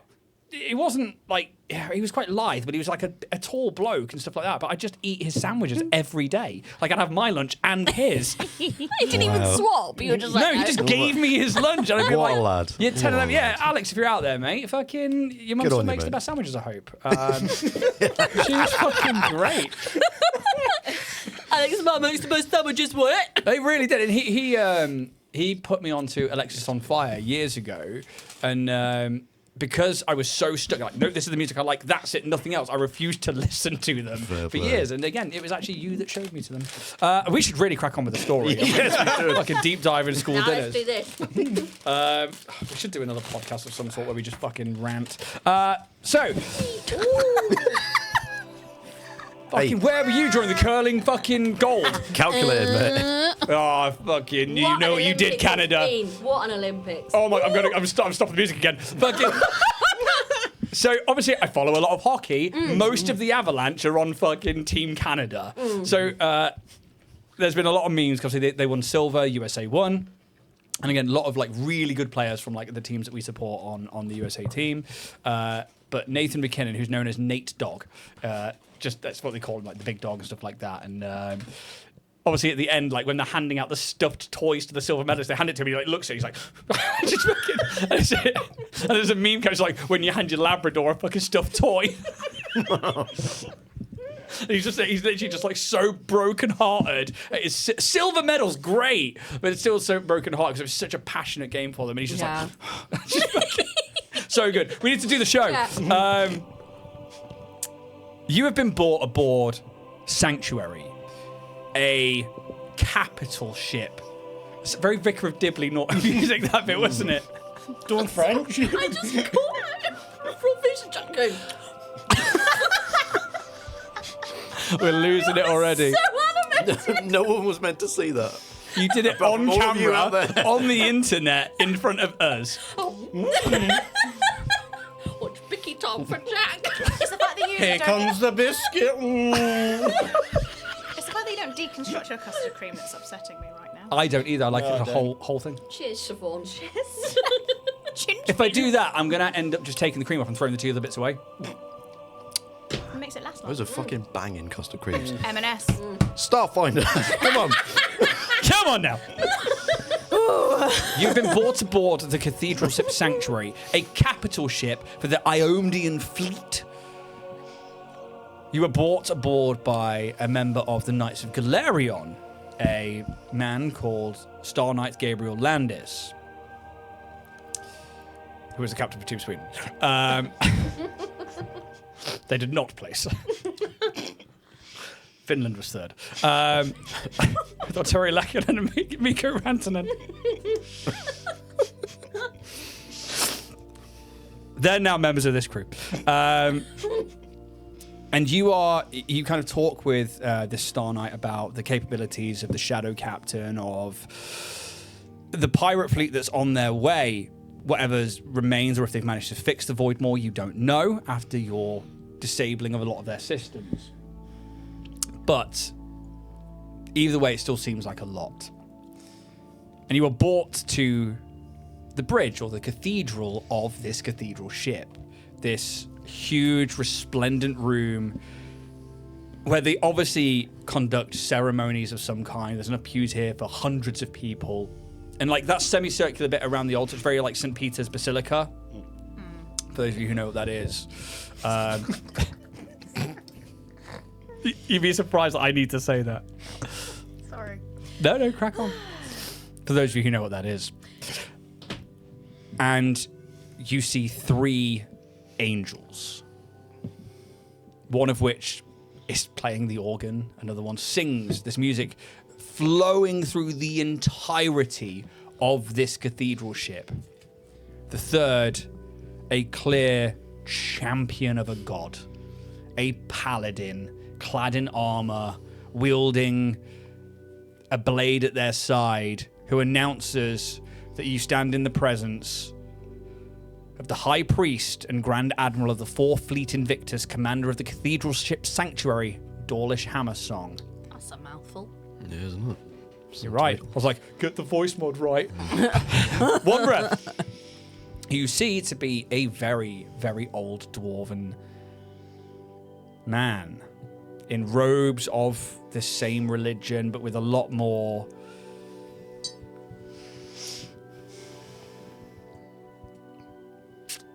what's the word I'm looking for?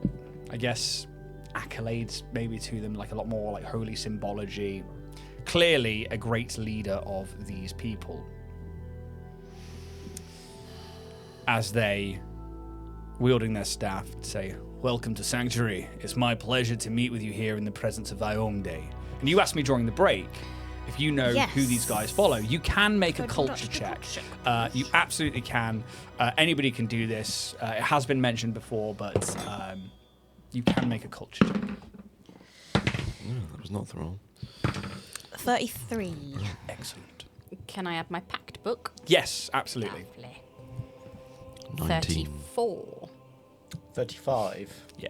You would know that Iomde is one of the main deities of the Pact Worlds and, by extension, the galaxy. They are a champion of valor, justice, war, truth. They are seen as a lawful good god. Very proud, very strong. And their followers are usually, again, you see them very, very devoted. But also willing to fight against the forces of evil. Demons, devils, aberrations, things that come from places like the Far Realms or beyond the Great Tapestries, as Desmond would call it. Their whole deal is that although the stewards will protect and mandate the pact, the galaxy is always at risk from some kind of threat, so they will take their fleets and traverse the stars and fight evil wherever they find it. You know, Junie, that the Knights of Galarion, who work closely with the Starfinders, with the stewards, when they can't leave the Pact Worlds, will often try and recruit the Knights of Galarion into the mission. Yeah. This is what you think has happened here.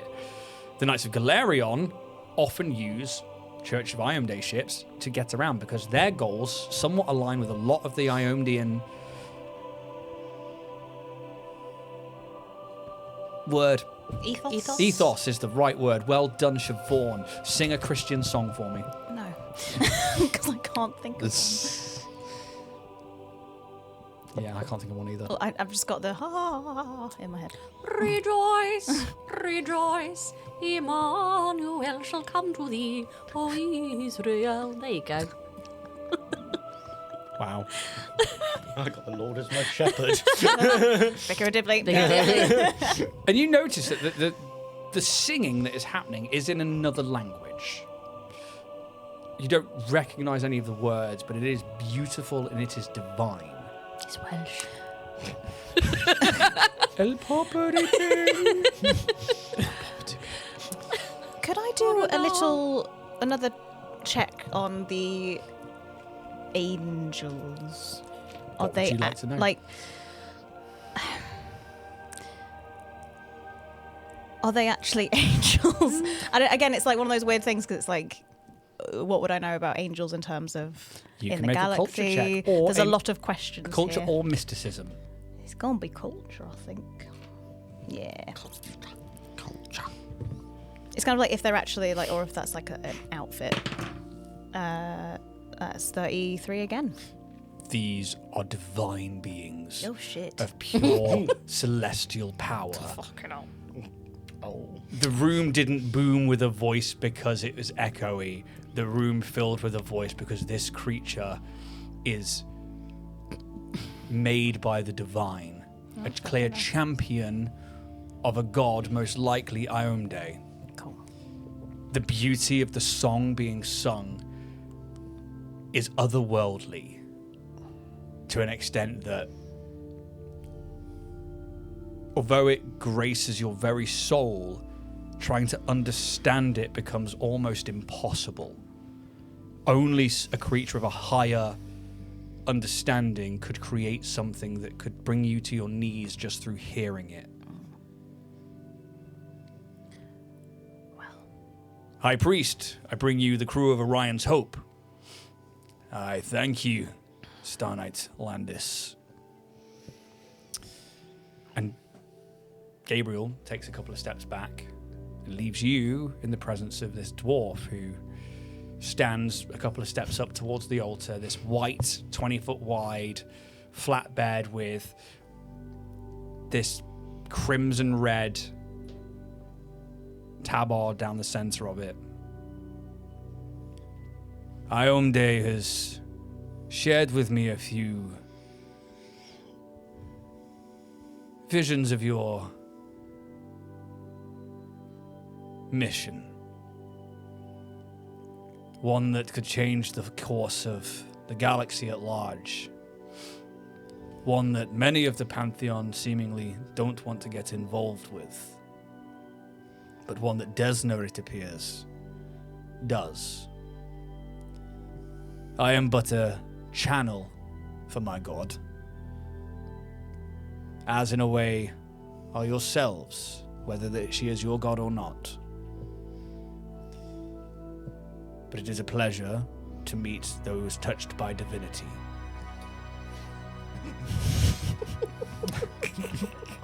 I'm not doing that on purpose.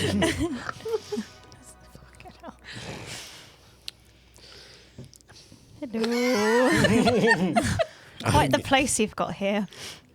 Must be an absolute terror to keep clean. Oh, I bet. That's what the angels are for. That's really dumb. Duh, gee whiz, Buff! Oh my god, they're the goons from Bugsy Malone. Duh, your thing! Well, yes, we have been touched by Desna in very Glad you could special see. ways. Yeah, we're just. We've been through a lot in the last day. Mm-hmm. This is another thing on the list of a lot. Mm-hmm. And yeah, we had this position thrust upon us, and we got guilted into doing it. So here we are. Seems apt. The path of the righteous is not always one they choose to take willingly, but one that sometimes befalls their path. Mm-hmm. Whatever happened in the past has brought you here, and now the gods will it, and we obey. Yeah. You said you had visions? I did. What did they show you? They showed me Octurne Yeah.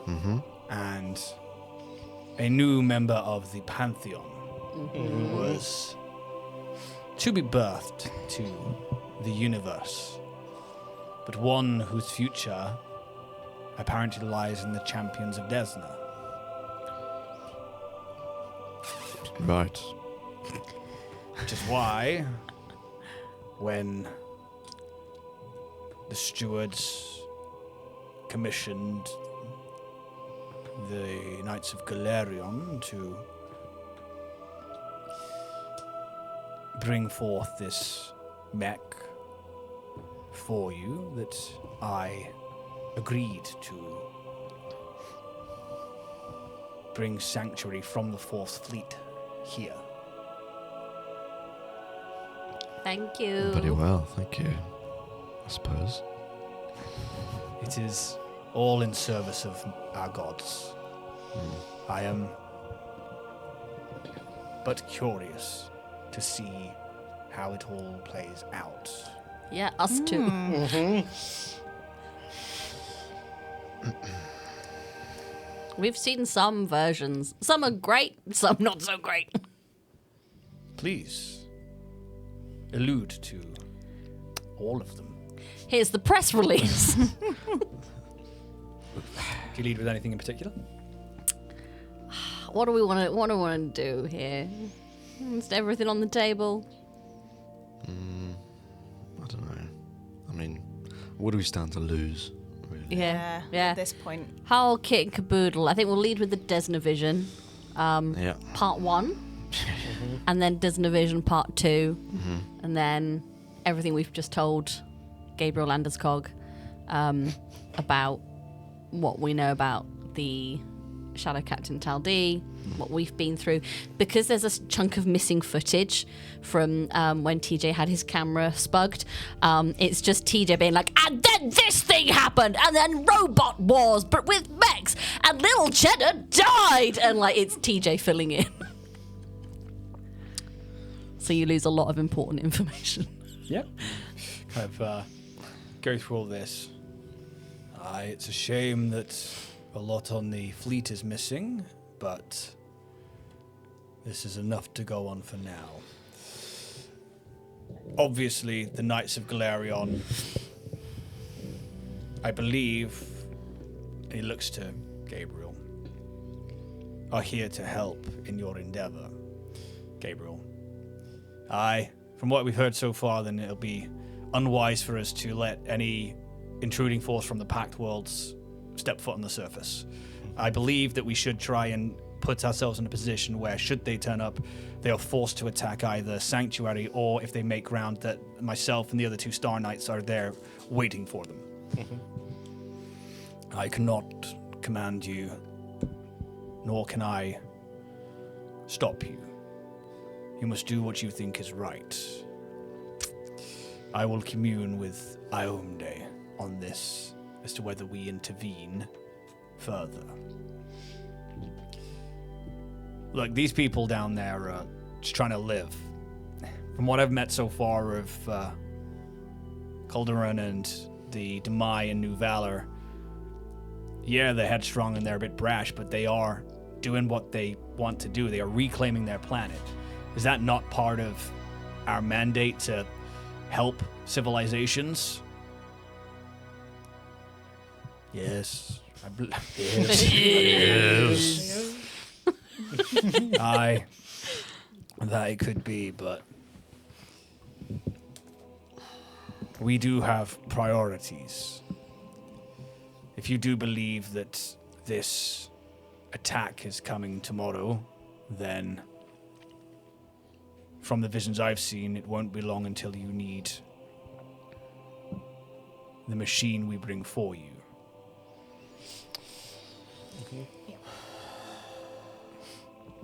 I would ask this of you. You champion a quest from a god for the Pantheon. Is there anything I can do for you?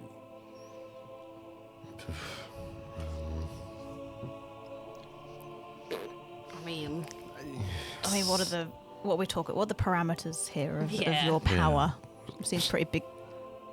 I cannot send my forces in to fight for you. I cannot No. take on your holy quest. Is this a bit of thoughts and prayers situation? Thoughts and prayers, thoughts and prayers. Unless you were attacked. Correct. But I am, and we are, powerful. If there are things that we can summon, I mean, if we are A god. people that you have weapons lost, and armor. Upgrades. What? Upgrades. we can potentially help there. Did you say people we've lost? Like, are we talking Oh, resurrection? What? It's like if we die, Oh, yeah. If we die, could we just be like, boop? Like nothing happened. Not fine. necessarily. There is more to it than that. Oh, could you But explain, please? It's very confusing and unclear. Have you lost people along your journey? Yes. I mean, We have. You have. Yes. I wasn't there, so. Ida. Yes. Should they wish it, we can try and return their souls to the mortal plane. That's intense. Well, that's very intense. Hell no.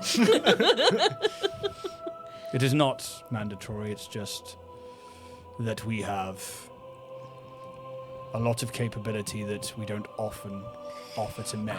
It might be actually really useful. And the champions Joe, of another deity. Oh my god, John. Joe the mech fighter. You say you can bring a soul back to the mortal plane. What if there is no body to come back to? That becomes more of a problem. Ideally, I'm going to double check a spell. That's one thing. Is just Ida's body's no longer intact. We No. we do somewhat need a small portion of the body. 1/4 portion. It's not like a chunk of brain in the helmet, is it? Let's have a look. Funniest thing. You've never shaken the helmet. Just go, an eye falls out. I've worn this. Would even like hair do? I was going to say a bit of DNA. Exactly this. Can I have a look in Ida's helmet to see if there's any? Yeah, I mean, you can make me and this will be a medicine check because you've worn this a lot, and I imagine there's a lot of your fur in Yeah, there. of course there is.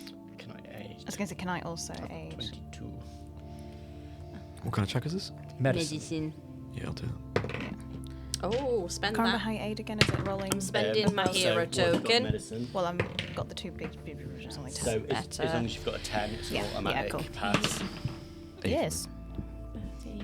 It's an automatic for me. 32, Yeah. So is it? Yeah, I got Yeah, it. Yeah. 34. And with a hero point spent as well, yeah? Yeah. What colour was Ida's hair? No, that's a deep dive. Electric blue.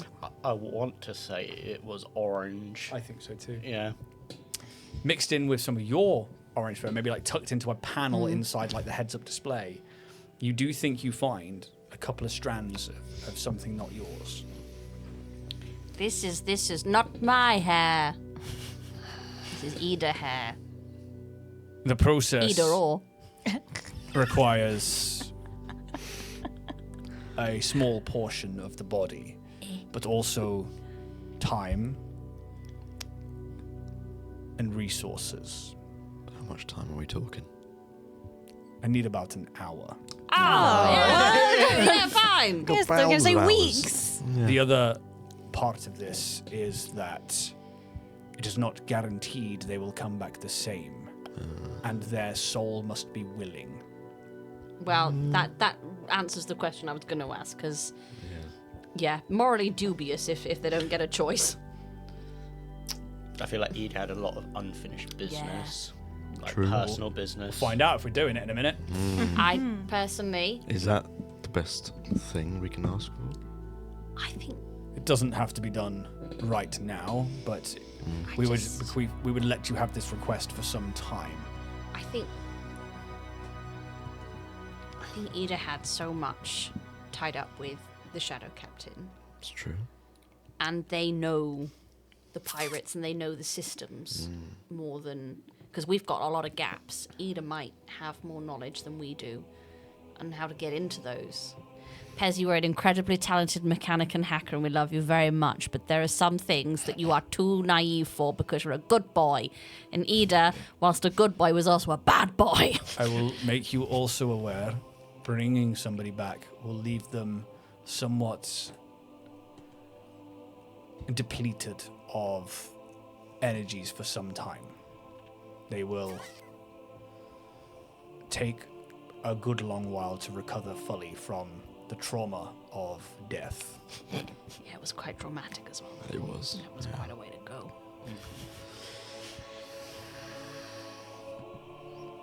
Yeah. Democracy. Yeah. I can't think of anything else that we can ask for, really. If you think that it can help, then I don't know if I'm just being selfish and that No, I'd quite like my friend back. At least if he could, even if he's not able to help, just to, I don't know, see the Shadow Captain get his fucking ass handed to him. bit of retribution. Yeah. You could almost imagine the Shadow Captain's face when you've got like he's dead and everything around him is dead for him just to be stood there. Yeah. Surprise. Second to this. In my visions, your journey doesn't seem to end anywhere on Demalco that I recognize. Nah, we know that one. Where is it? Here's the trailer for my movie, Evil. A Story of Hope. And I'll send over the TJ Squeakerson cut of the Evil Adventure. You don't see like a data pad or anything. Fuck! I'll bring it up on mine. There you go. Where is this evil? Up your butt. It is not in the Pact World system. It is. I'll send like some coordinates over from when we last went. Not that he has a fucking data pad. Project them onto Yeah. them Oh, on the marble. DAC cheese system. Pulled out of my fucking arse, didn't I? I got a T-shirt from there. Yes, you did. I went into Cass's ass and all I got was his teeth.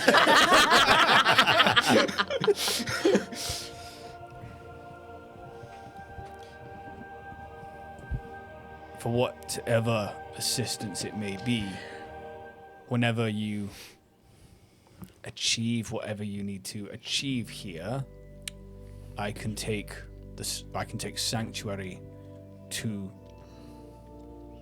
the DAC cheese system to collect you. That'd be great. Wonderful. So we left our lift on Triaxis. Yeah. The Star Knight had let me know that you were shipless. Yeah. Yeah. I did message Sylph to see if she could bring it to Yeah. us. Never knew if the message went through. I don't have that written down. Shame. Yeah, it was before we went through the Iodara. I sent a message going, Sylph, here's the code. Can you check on? Steve. Yeah. I think I remember you saying, can you check on them? I don't remember saying, can you bring it? That could be me. What I'm going to do then is I'm going to roll something. What, to see if we've had a mutiny in the robots. Okay. The uprising. Halved because of your drift engine. Should be more than that.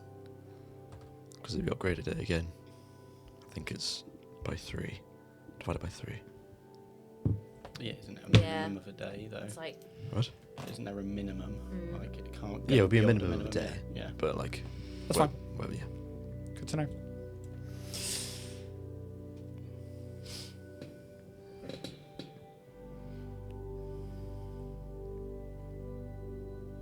I think what we would say next. Yeah, I think I can bring Sanctuary to wherever it is you're going to finish this endeavor.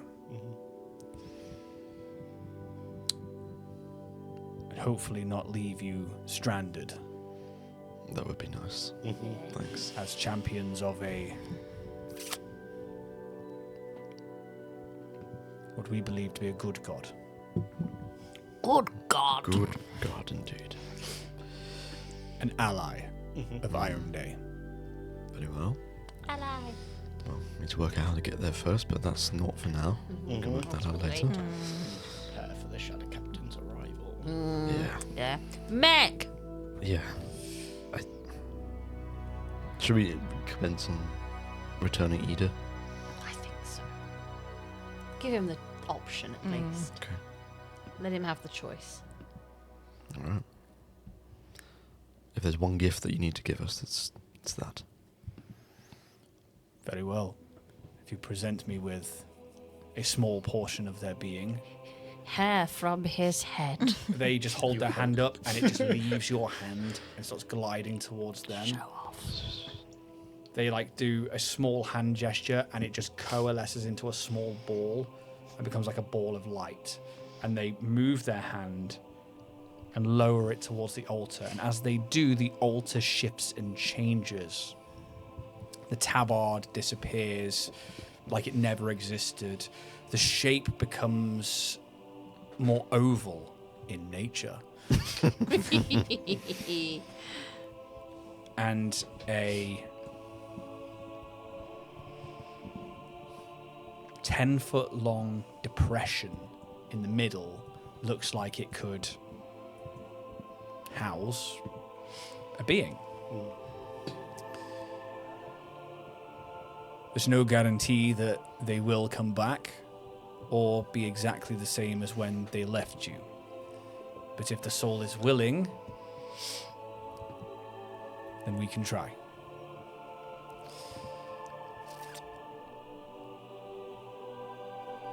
Raphael, Jafil, please. I knew you were gonna go. I knew you were gonna go Ninja Turtles. I fucking knew Me it. and Jack were like, Went looking for actual angel names and their job roles. Yeah. Do you feel me? And the music begins to change into something more powerful. You feel that divinity rise in the room. How'd you feel it? Glasses were too big. I forgot.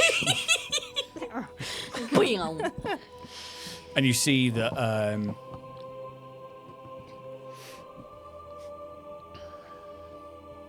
Dawlish turns to this paladin angel. Ragel, please. The ointments and the sacrifice. Sacrifice? You were gonna do it. "Bear, you can talk." And this angel nods, turns, and moves over to one side of the cathedral. That armor not clanking as much as you'd expect it to for such heavy plate. Their wings tucked in behind them, almost glowing with a gold light.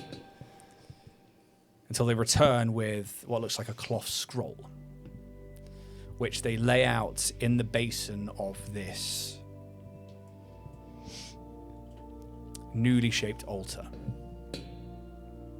Dawlish moves his way around to the other side. This is going to take about an hour. You don't have to wait here while it happens.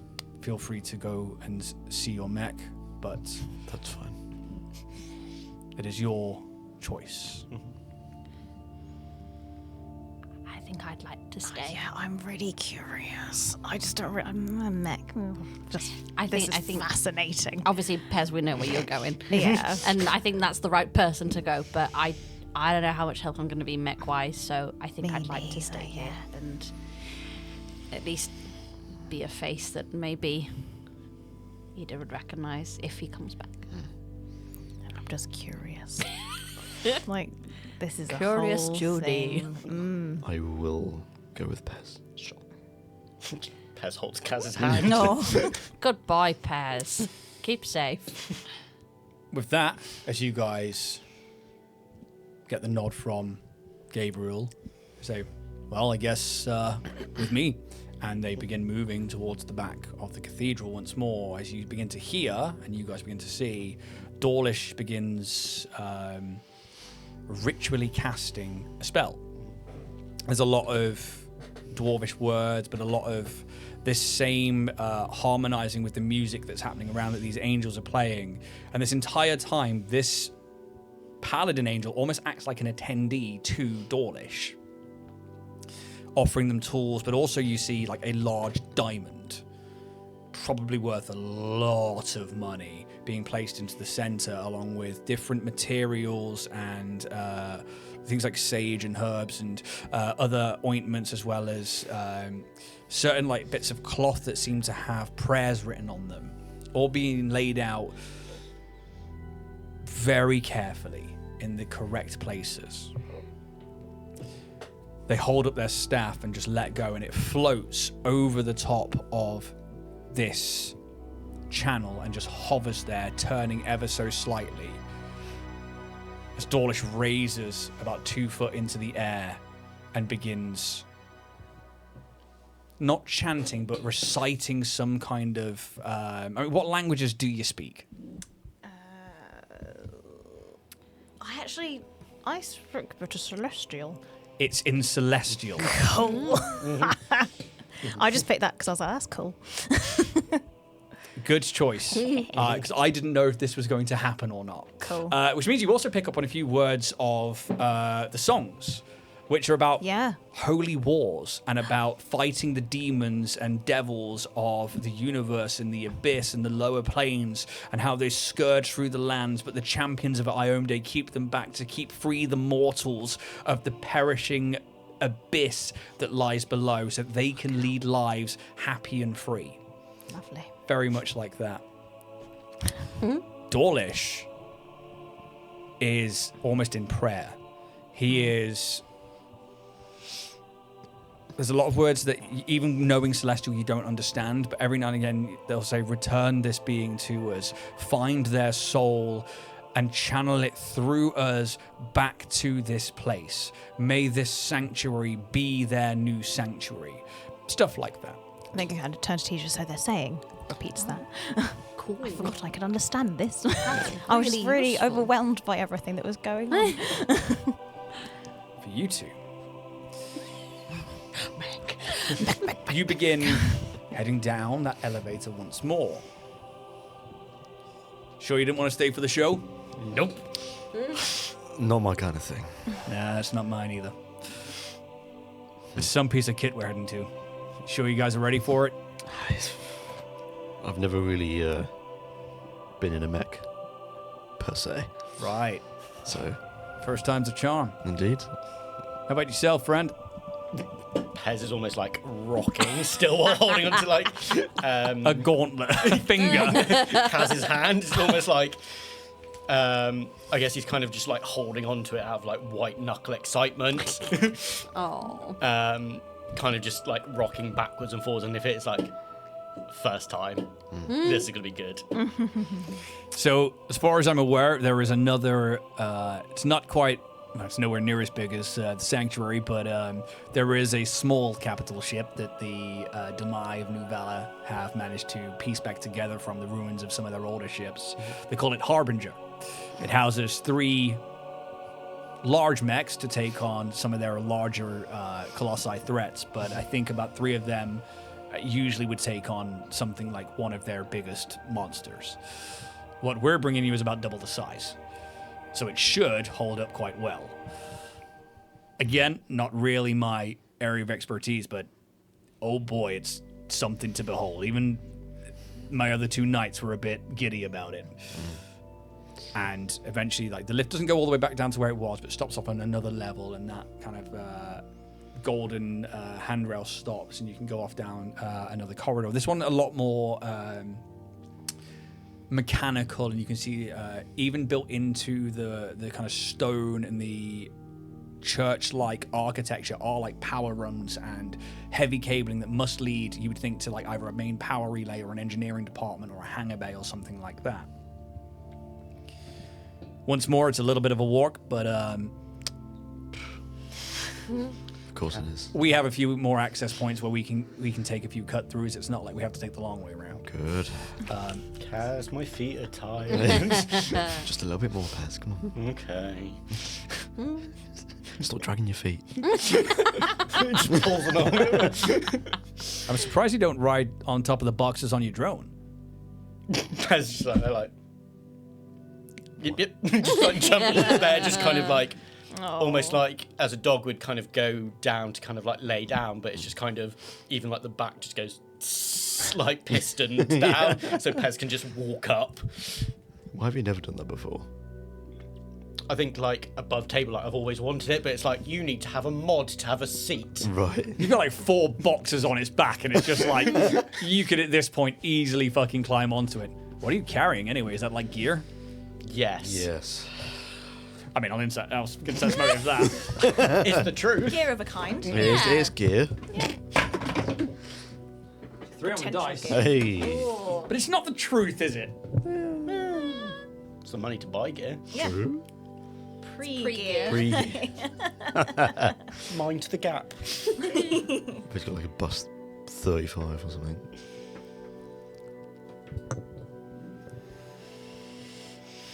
Roll a bluff check anyway. +6. -2. 15. 22. Doesn't say anything, but Not bad. fair enough. I mean, makes sense if you've got something that can carry stuff around and makes it interchangeable. It's quite handy. That's why we and like you see, like he like will show you like part of his arm like opens and he like pulls out like a vibro knife. It's like kind of part of it is kind of utilitarian as much as we can. Absolutely. Yes. It's interesting. I haven't seen such an animal-like drone for a long time. It's must be very personal to you. Very. And he like a proud parent, just opens up his like custom rig, and a little like thing of like photos comes down. It's like this is when she was a mouse, and then like just going through Into like, a drone, into a spy drone. Yeah. Just kind of like going through the steps. She's been through some updates then. Yes. Yes. So whereabouts are you guys from? Absalon Station. Versus Mercenary work or Kedel? Kida. Makes sense. Thought you were drow when we first met, but a few telltale signs of Strixian nature in there. It's the chin, isn't it? I was gonna go for the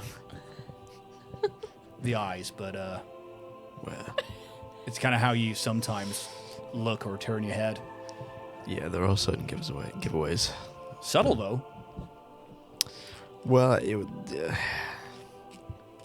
it's become a bit more relaxed in recent times, but I hear that Keto is quite locked up for some time. Well, you're saying it's freed up. That's great. yeah, it's definitely not what it used to be anymore. But that's for the better.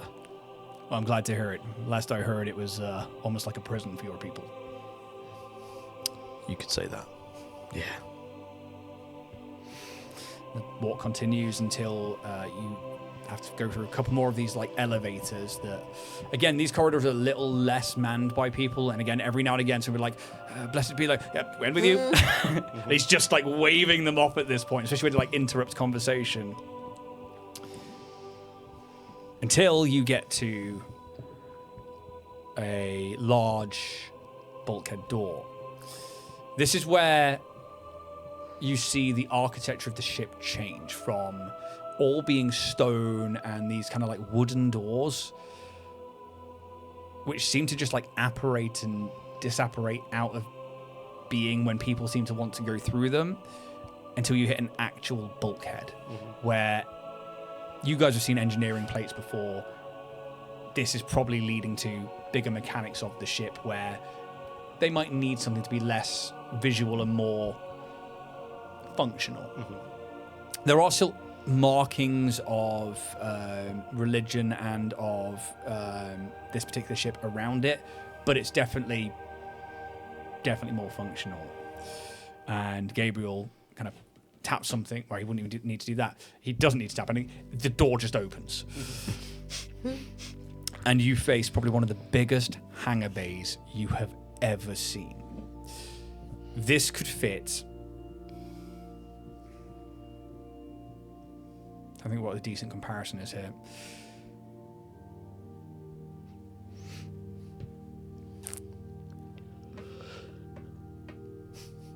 Could you put the Voidmore in it? No, but How many double-decker buses?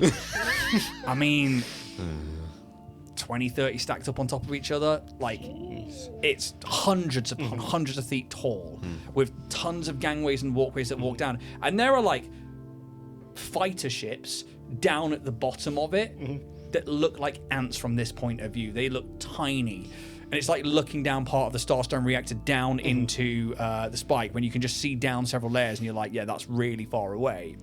But the most dominating feature is that near the back end, where there is this large other bulkhead door, cradled in a large harness, stood fully upright, nearly 200 foot tall, is a mech. This thing is an absolute monster size. The head alone is probably half of Orion's Hope. It's huge.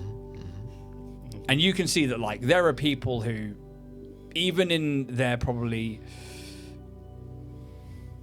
religious going about, so like some of like the more religious soldiers who are checking ships are still like looking at it like, that's fucking cool.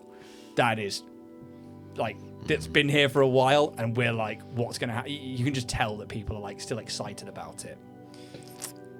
I don't know, what are your like first thoughts as like the door opens and that's what you see? I think Kaz doesn't get like super excited by like big feats of technology. He can appreciate it, but he's not like, oh wow, this is amazing. I think it's just like fair enough. This is pretty grandeur. Yeah.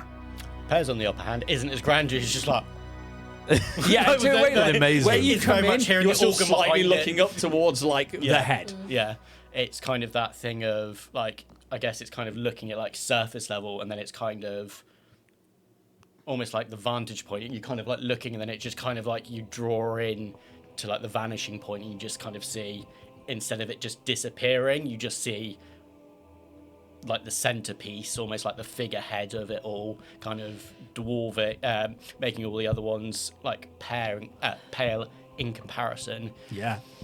I think Gabriel's like, I'd have brought you in at ground level, but we'd have only had to climb up to get you guys inside.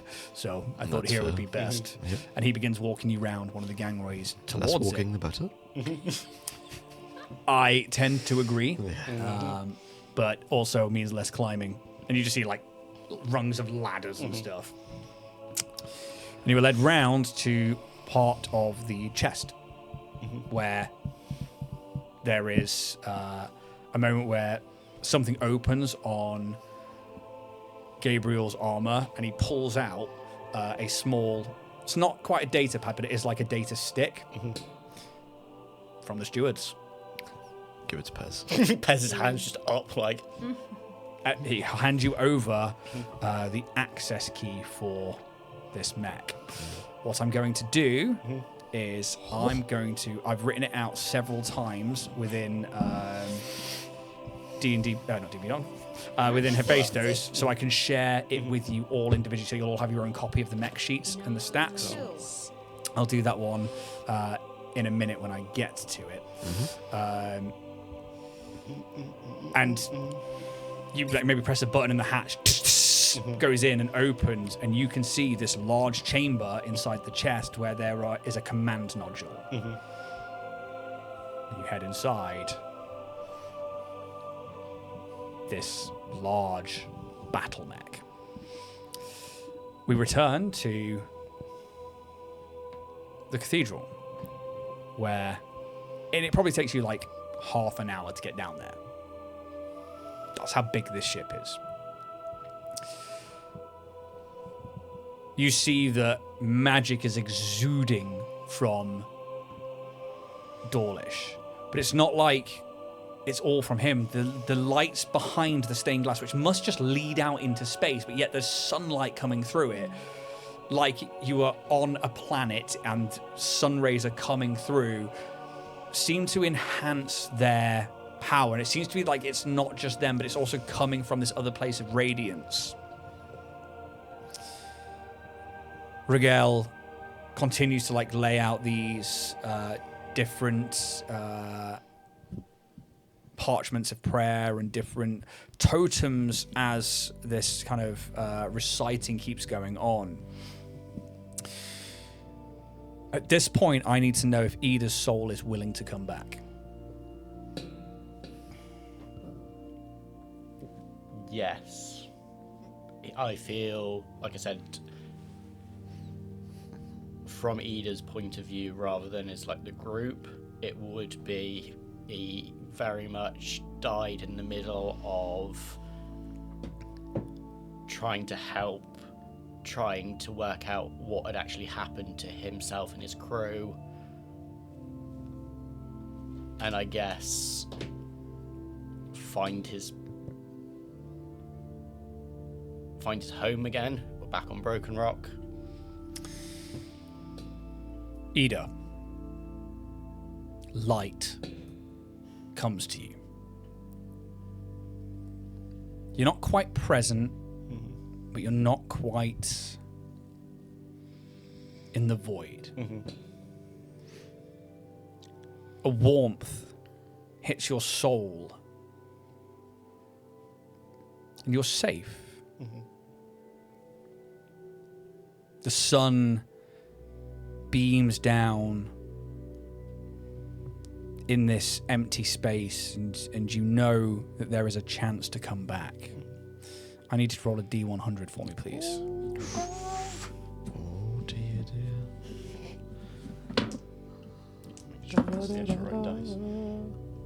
9.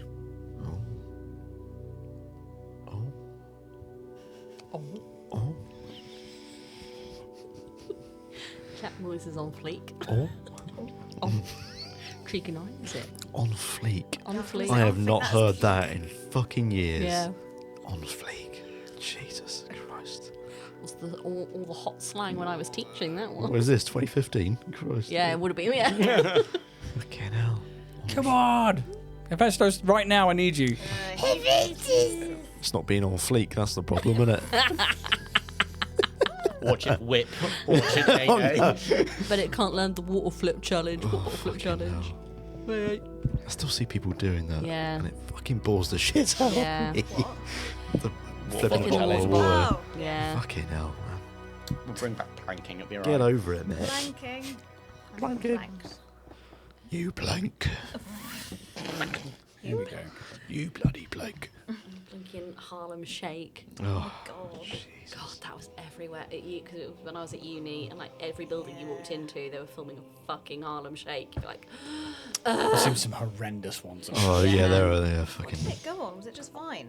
Back Yeah, then? pretty much. Yeah. Yeah, I was going to say, because there wasn't really a short form video content. Apart from- Do you remember what Anyway. level Ida was? God, was it? No, it's like 4. 9. 9. Was he actually? 9. Really? Yes. Wow. I thought it was a little further away. Though. Holy shit. Oh, you had to. Oh shit. Have we just had a divine intervention roll? Pretty much. Holy fucking shit. That's crazy. Oh, what are the odds, Jack? That is a 1 in 100. It's a 9 in 100. It's 9, Shut 9 up. in below. We got exactly on 9. I'm only counting that. Ida, Ida. you hear voices calling to you. Some of them are crew members from the Corsair days. You see some of them, your old crew, as your being moves past them and you see their visages and you know they're dead in this moment.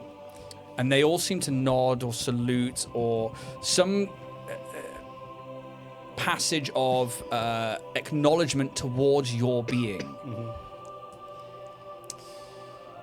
As you, faster and faster, move towards this bright, warm light. And you see a woman clad in metal armor with a red cloak, who holds a sword, point down, both hands on the grip. Ida Katoro, your soul returns to the mortal plane, but your being might change. I guess it would be like, how is this happening?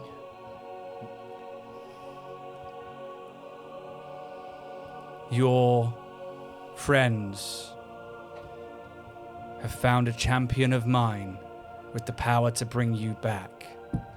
But your body might not be the one you're used to. You have to make the choice now. Gonna get a new whip. Starfinder. I don't think you get to choose, mate. Right, it might be random. It will be a roll. Yeah, also. What am I rolling? You need to make the choice first.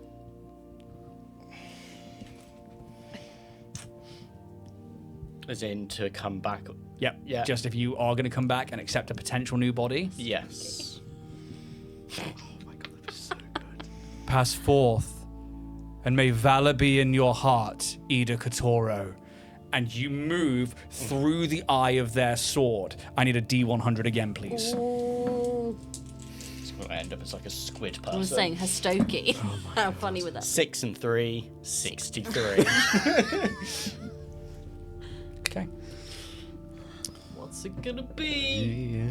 Demai. One too many in this location. The Kyoka lands on him. No! Come back as a coyote and everyone just starts opening fire. Kill it with fire. You all watch. Well, I say you all. Junie and TJ as the little ball of light that was the hair begins to glow and form into a humanoid shape. Just got a bit of coat hold. What's everyone's guess? I'm thinking the plant creature. You know, the Gorons, is it? Okay. A Lashunta. Ooh, girl! Girl. I will let you now choose as to whether Ida is going to be a Demea Lashunta or a Kashara Lashunta. The Demea are more of the kind of aesthetically pleasing, more beautiful, designed for bred in a way to be like that, whereas the Kashaya are bred to be warriors and kind of more stocky. You met one of them on the way in. You don't have to think about it right now. You can reskin this as it will. Yeah. I will also say that they will become an NPC rather cool. than a player character. I did think, yeah. Well, that's how You are not going to be operating two characters. Yeah. Either will be under my control. Talk to yourself. But they also take, and I need to roll a d10 for me, please,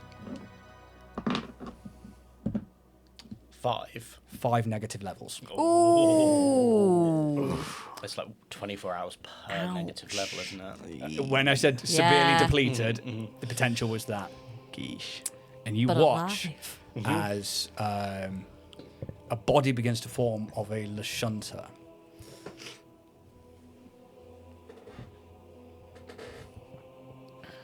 Yeah, is there anything you do in this moment? Ida? It's not fully formed yet. Oh, it's not fully formed. Okay. This is Is that what they used to look? Oh no, I did know because No. we've watched the Yeah. things. Yeah. hobgoblin. Interesting. Yeah. Yeah. I wonder Different we're shape. gonna have to refit the helmet. This is wild, right? Intense. Yeah. Very interesting. I don't How know. are you doing? Lots of different emotions happening. Either I don't know if you're in there and you can hear me, but it's TJ, and just. Are there any like angels or people who look like they're not actively like ritual casting at the moment who I might be able to speak to? All 4 of them. The 2 that are doing the music seem to be part of this as well. Okay, cool. Obviously, the plated one is still kind of tending to things. They're still moving things around. You see them like burning parts of like some of like the herbs and stuff, whereas Dawlish is still like mid-chant. They're really in it, right? Does it have to be to do this? Ida, if you can hear us, this is our new friend Junie. Hi, Ida. Maybe see like one of the antennas twitch. Cute. I've missed you, friend. We'll be here when you wake up. I think for Ida, there is you hear them, but there's a sense you hear them as well in your mind now, for obvious reasons of Lashuntas. Yeah. Yeah. I don't think you know No. yet, but like they're both audibly there, but also in your mind. I think it's very much kind of that, like if you've ever like, kind of like coming around, you can kind of hear voices, and I think he, after experiencing like the passage, seeing all the old crewmates, he's just, at that point it's very much like, I'm just hearing those voices again. I'm hearing, you know, TJ's voice again. I'm hearing a voice that I can't quite put a name to, not quite putting the two pieces together, but kind of being like, I've seen my crewmates as I've coming back through. I can just hear the voices again. Until eventually, you see that body fully form. The magic almost weaving their final bits of skin together. Again, I'm not going to expect a description of you right now, unless you've got one ready to go, but because we didn't know this was happening. But I think with that, the angel takes part of their own cloak, and it seems to like tear away, but nothing actually comes off their cloak, but they have like a linen now in their hand, and they like lay it over this body, and probably for a little bit of modesty, but also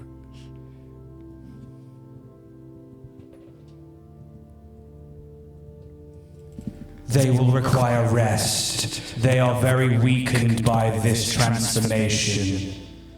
It could take them days to wake up. Oh, okay. It's catching. You just pull out a microphone. Yeah, that's Reverb all the way DJ's got his mic out. You may leave them in our presence. We will look after them now. Okay, I'll just Thank you very I'll leave much. this with them, and I'll pop the helmet down by the altar. yeah, and maybe you just see like the out form of a breathing body with these two antennas, as we last see like the helmet being put down next to near where their head is. Dawlish comes back down to the ground, and you see all of those materials have been completely consumed.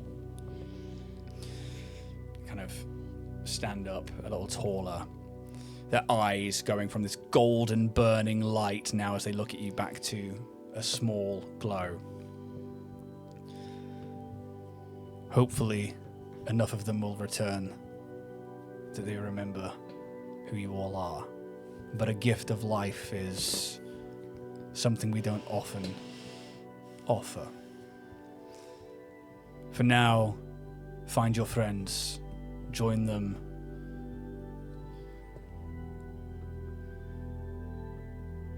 and let me know, or let us know when you intend to move towards the Dakchi system, and we will begin heading there ourselves. Will do. And you guys are free. That way? Yeah. And he just points back towards like the back of the cathedral. Hey, Junie. Yeah. Should we just go on a little adventure and just like go look anywhere else? I think so, yeah. Let's go. She's just gonna look yeah. around the ship. I think so, yeah. Yeah, all right. I don't know. What else could they have? I know, right? Crypts. Crits. Catacombs. Good One- statues. More angels, baby. Yeah. Joe, we saw an angel in the drift once. Did you? Yeah, it was big. Was and it it? was dying. It died. Oh, that's You sad. watch the elevator at the back of the room comes up. Stood in the center of it is a human woman. Oh, She no, is we're being collected. Oh, I don't think we're going. about 6 foot tall. She's shaved on one side of her head, and the other part of her hair comes all the way over. It's probably about the same length as I was yours. going to say, like, Pretty much like Steph's. A half bob with an undercut to the her left-hand side. She is wearing black Under Armour, and you can see there is like red trim to it and a little bit of gold as well. Make a recall knowledge check for me, will you? oh, girl. Just me? Yep. Ugh. 19. Woo! You've seen somebody else wearing similar Under Armour. Who was it?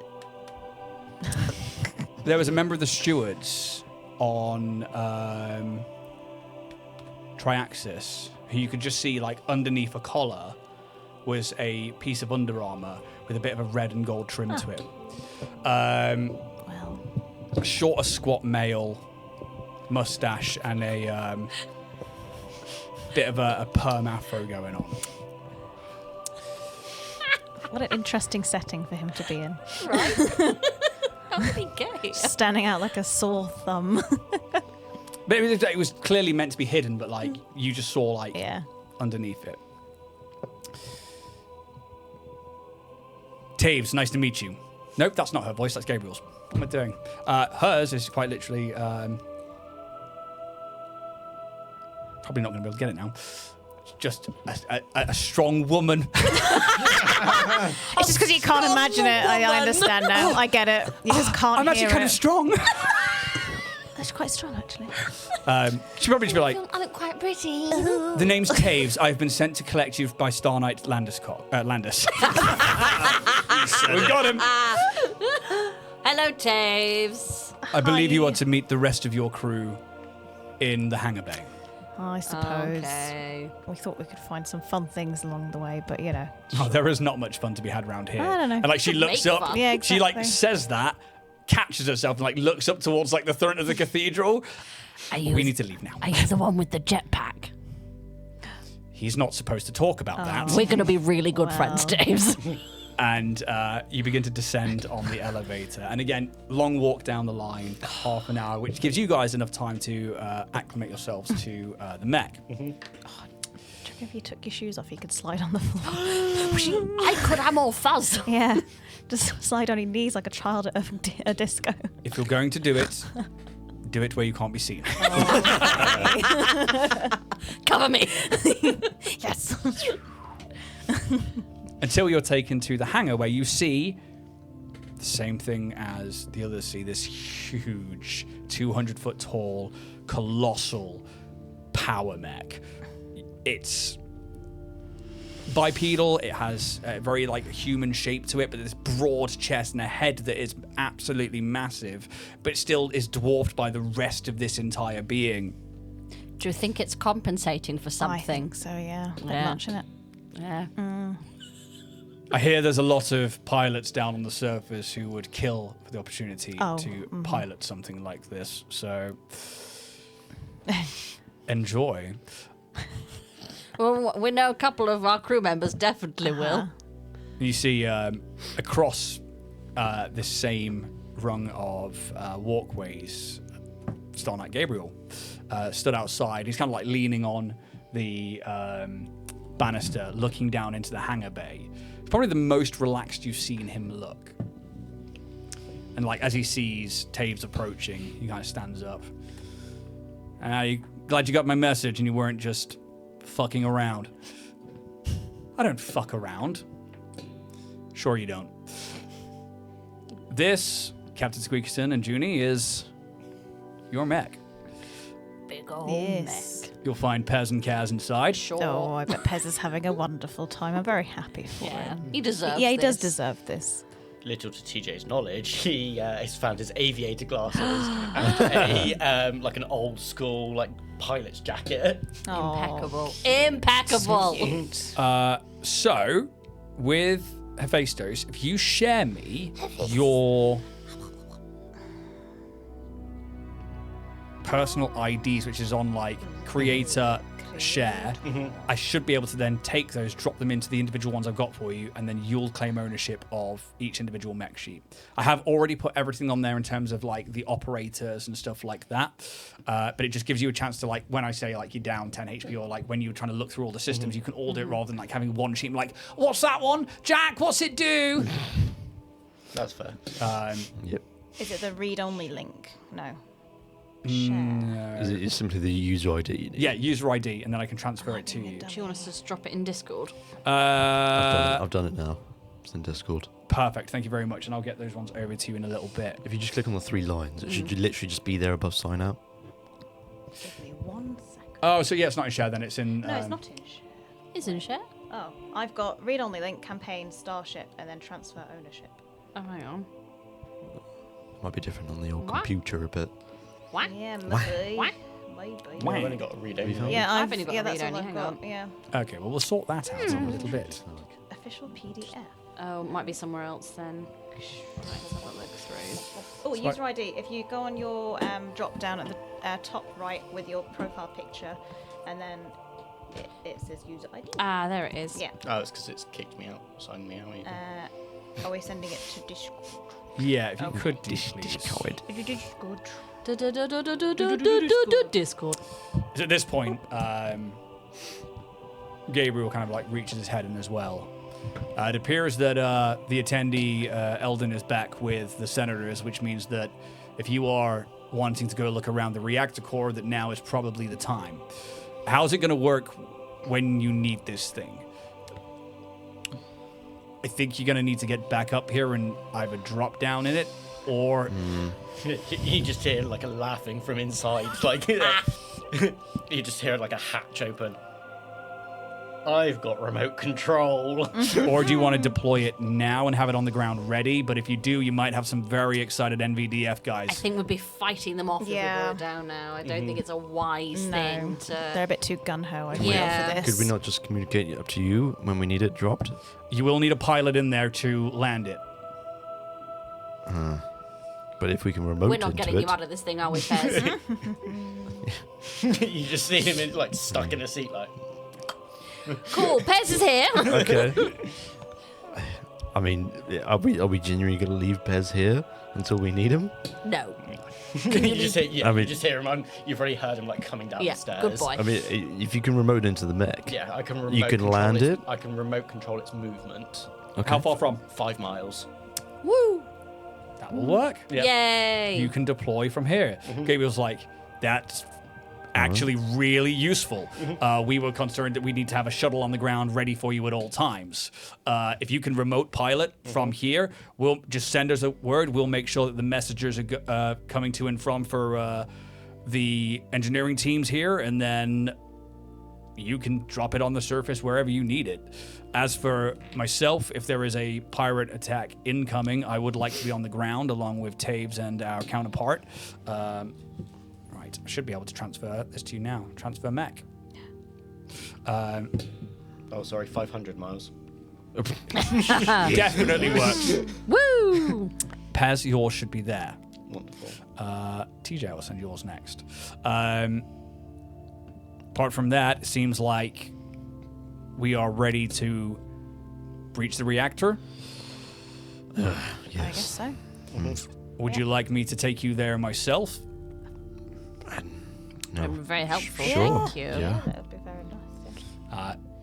Something comes up on the side of his head, and Eldon, we're going to make our way back into the senator's chamber. Is everything okay and clear for me to come in? Excellent. We'll be there in a moment. For a second, I was like, They did what? Call the newspaper now! Get me pictures of Spider-Man. Get me a picture of that Spider-Man! Yeah, and with that, Jesus. yeah, big fucking mech in it. They have to move you out into essentially the gangways.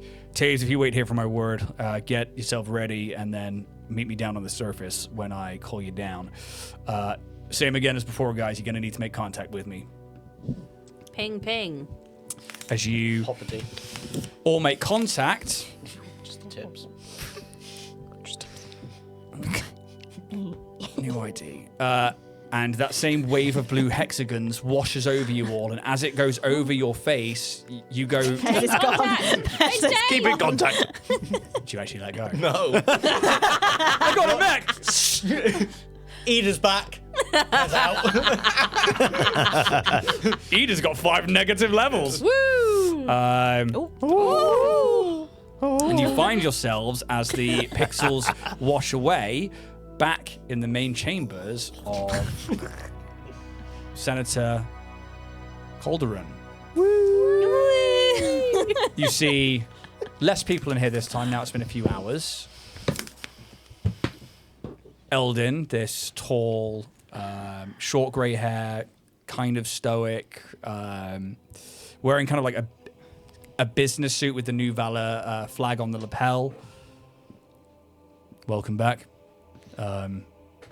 Bayes has been with you the entire time. I was just like, where did Bayes go? keep- Mech Bayes. Yeah, we keep or forgetting Resurrection? about Really hard giving you guys NPCs because I fucking forget about them. We do So also. him. Yeah. We give him A Bayes bell.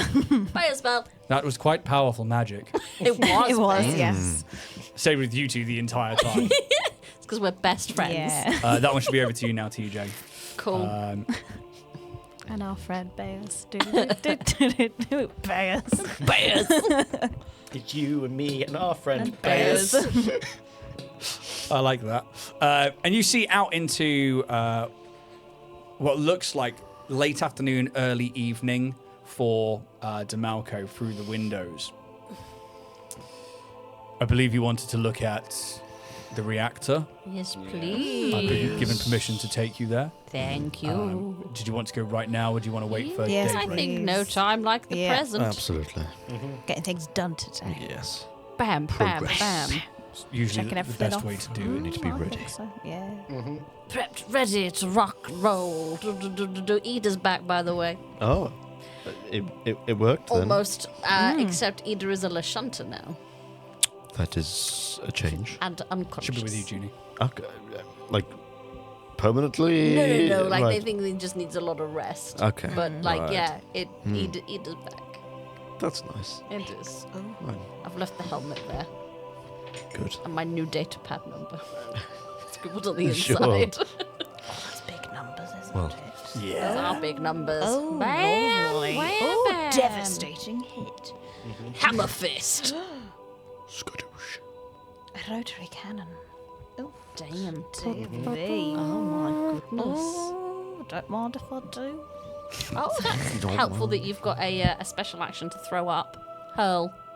I think that's to grab a rock off the ground and launch it. No, which it's to the throw size up. of the hands on this thing is a big rock. Definitely throw up in the mech. And Kaz, that one should be with you now. Hell yeah. Hell yeah. Star Knight is Gabriel's. Well, if you're heading that way, I'm going to try and find... Well, I'm going to look around the city. I want to see where seems to be safe places for people to be, but also decent places to funnel people into a kill box if we are overwhelmed by these pirates. We need to bring the fight to us and control the ground. It's the best way to deal with an aerial siege. Eldin is like, do you really think it will come to that? Seems that way, kid. Very well. And if you would follow me then, please. Sure Okay. thing. Lead you out of the room as Gabriel heads off in another direction out the main door. See you soon.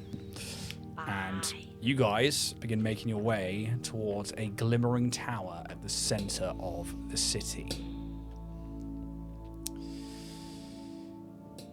It takes a little while to get there because, again, the size of this settlement is quite large. But as you approach, even on foot, the technological wonder of this tower is something to behold. Its twin spiral glass structure, ever moving and refracting prismatic light, reminds you of some of the buildings found in the Eye back on Absalom. Architectural genius meets artistic vision, and you are left wondering how the rest of this planet must have looked before the Awakening. The huge trunkens of power lines seem to rise out of the floor around its base at equally gapped breach points and head off across thick, heavy supports towards the outer walls of the city. Junctions along the trunking branch off and down into these supports and off into the city itself, offering power to those who would choose to build or live here. You get to the base of this tower. And you don't see many workers for a reactor core, just the odd engineer inspecting the lines, checking for power fluctuations and breaks in cables. And as you look up, it's probably now, for the first time in the back, like the late hours of the day, that you get a semblance of the dome that has been mentioned. From the top of the tower, only just visible in the last light of the day, you see spreading out like a faint flowing force field of changing colors, the apex of a dome-like shape. Hard to see in the daylight, and you can only see the concentrated power near the tip of this structure, but it's there. Some force field generated by this relic of a lost city. Ahead of you, like glass roots of a tree that rise and fall above and below the metallic ground that you stand on, seem to twist and congregate into a walkway and an entrance, with no door in its wide arch, just an opening into what looks like more of the built-up interior of varying alloys. I can turn off the church music. Ah.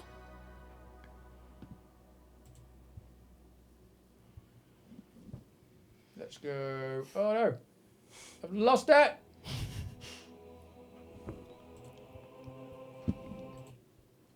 Let's go there. This is the reactor core, Eldon says to you all.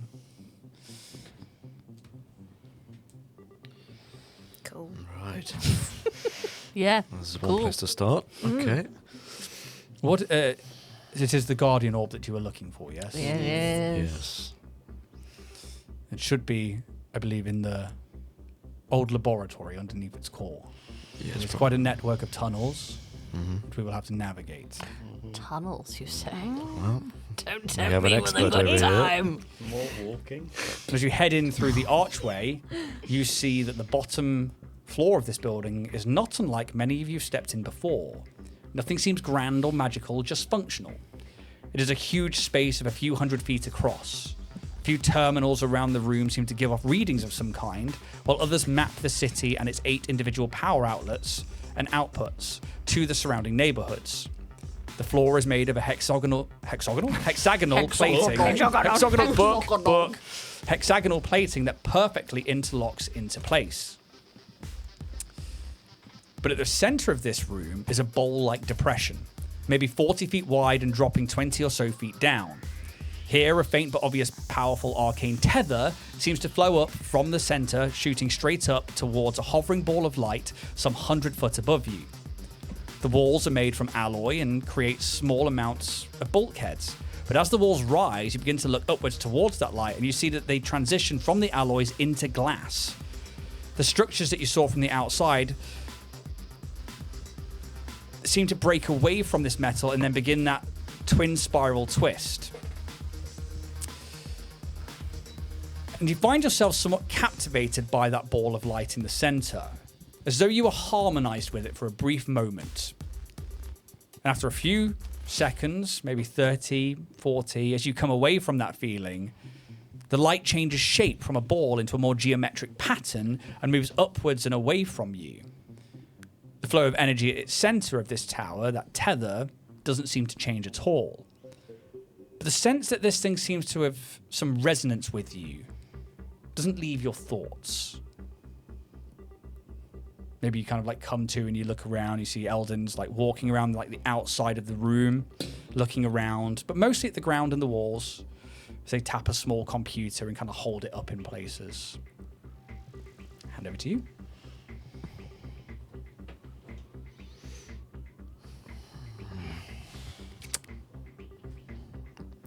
Well, Here it is. we're here. Could have a look around. Yeah. Sorry, my brain has just got a mush on that. Yeah, so Got a little look around. Can I use mysticism to see if I can find the sort of energy readings that we got off orbs previously? Yes, you can. I will when Pez loads. good shout. Because of that, I can use engineering. Can I see what entrances there are to this place? Yes, that's a perception check.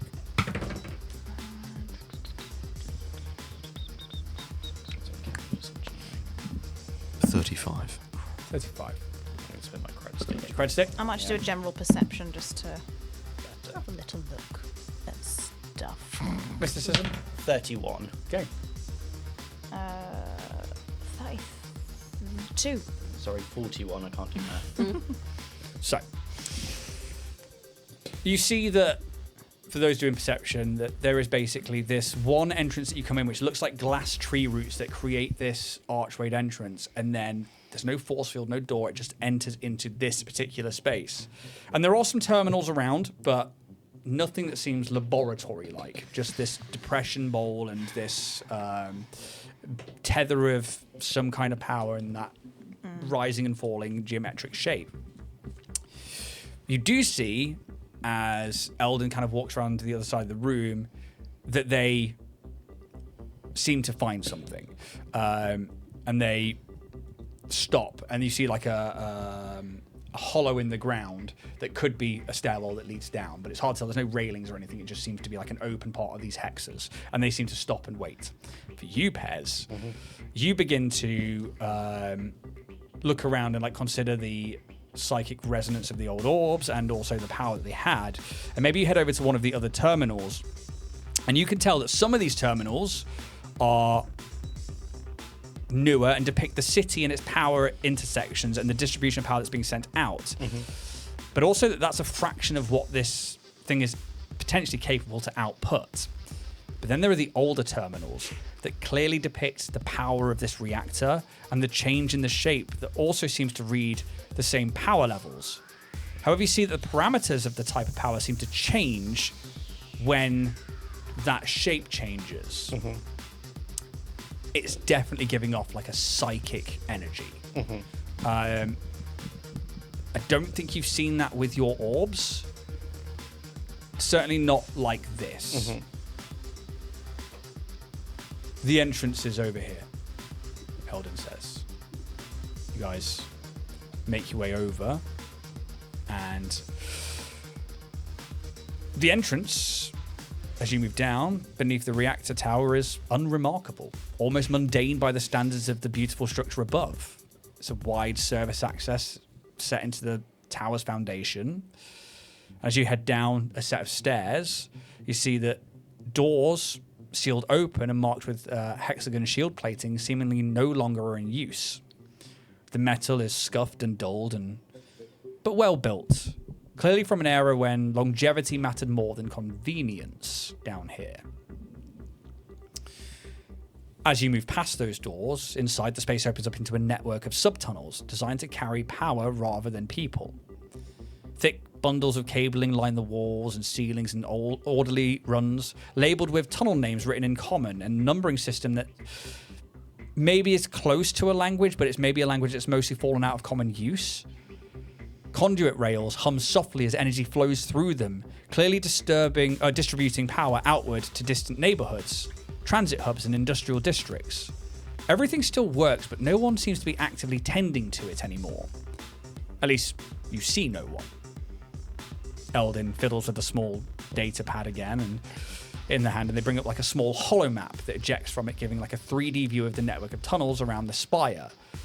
But there is a large room in the center that seems to be a little red dot. You begin, I imagine, following Eldon. Yeah. The tunnels are wide enough to walk comfortably through, and they feel oversized and underused. Old maintenance lights glow at reduced brightness, casting steady pools of illumination rather than dramatic shadows. Occasionally, access bays breach off the main routes, holding inactive control consoles. Calibration tools fused to their mounts, and inspection drones, long since powered down, line shelves or on the floor in some places. Nothing is broken, just left behind. Occasionally you see that a few old tools or these archaic drones lie on the ground in front of stacks of shelves where they seem to have like fallen off in some way. As the passages curve closer and closer to the central spire underneath it, the materials subtly shift. Reinforced alloys give way to composites, unfamiliar to modern engineers, and the conduits are interwoven with crystalline channels that suggest an earlier attempt to combine magical and technological systems. Must have been tried. The hum of power becomes smoother here, more refined, and as if the energy is being guided rather than merely transmitted. Again, a few more minutes pass as you guys traverse until you reach where this ping on the map is, and Eldon puts the map away. We should be here. And when you reach the chamber beneath the spire, you can see this was once a research laboratory. built either out of urgency or curiosity, you do not know. A circular workspace surrounds a central platform where a containment frame is still present, and inside you see a guardian orb. Instruments line the walls.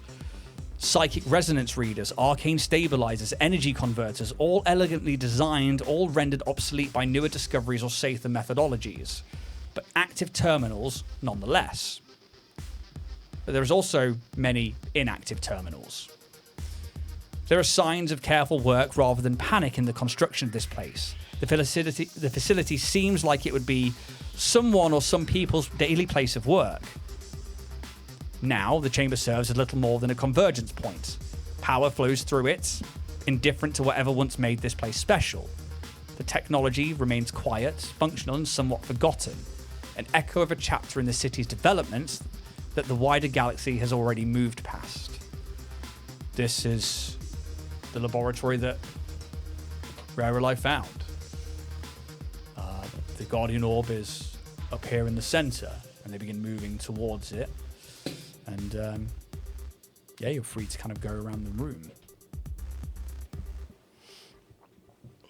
How easily accessible does the orb look? You can make me a mysticism or a engineering check. I'll do engineering. Oh, 25. 25. Okay. So you have to obviously approach this kind of like central containment field, and it's very much this cylinder with two metallic ends, but then there is like a force field of containment that comes down in very narrow, thin power lines. Have you seen even Guardians of the Galaxy when they take like the orb out? It's kind of a little like that, but very much more. It like refracts in through like reds and greens and blues as you get closer to it.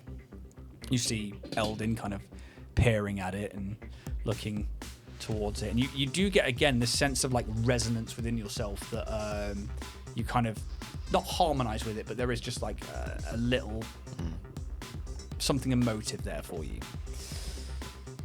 It doesn't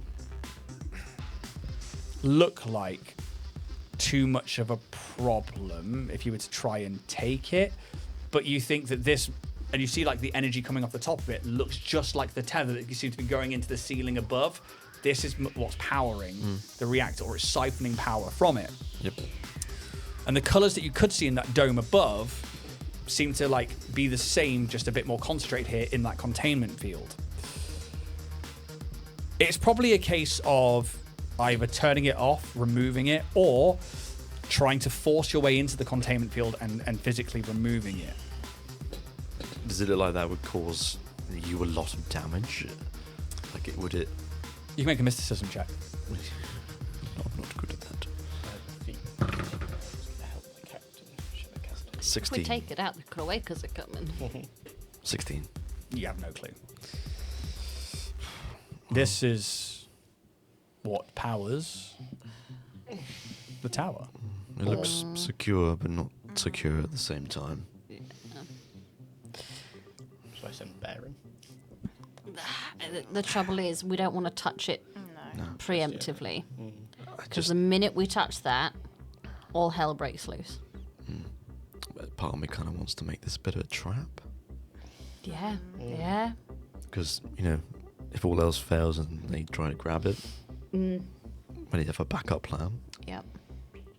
If we can somehow trigger to reverse that power and like just flood him with like an electrical surge. Could I just do Do a I can't remember dynamics. what's the person's Yeah. name who we're with again? Brain's Eldon. working. Can I just do a check? Because I'm just above table thinking about Shadow Captain Tardy, and I'm just like, because you like certain trials, I just want to check to see if I could see any, I guess like a sense motive. I think Can I do get the same, please? So I can reduce the DC of sense motive checks to detect deception and discern secret messages by 5. So I guess I'm detecting the deception. It's a 32 sense motive for TJ. Please do well on this. Right. Roll very well.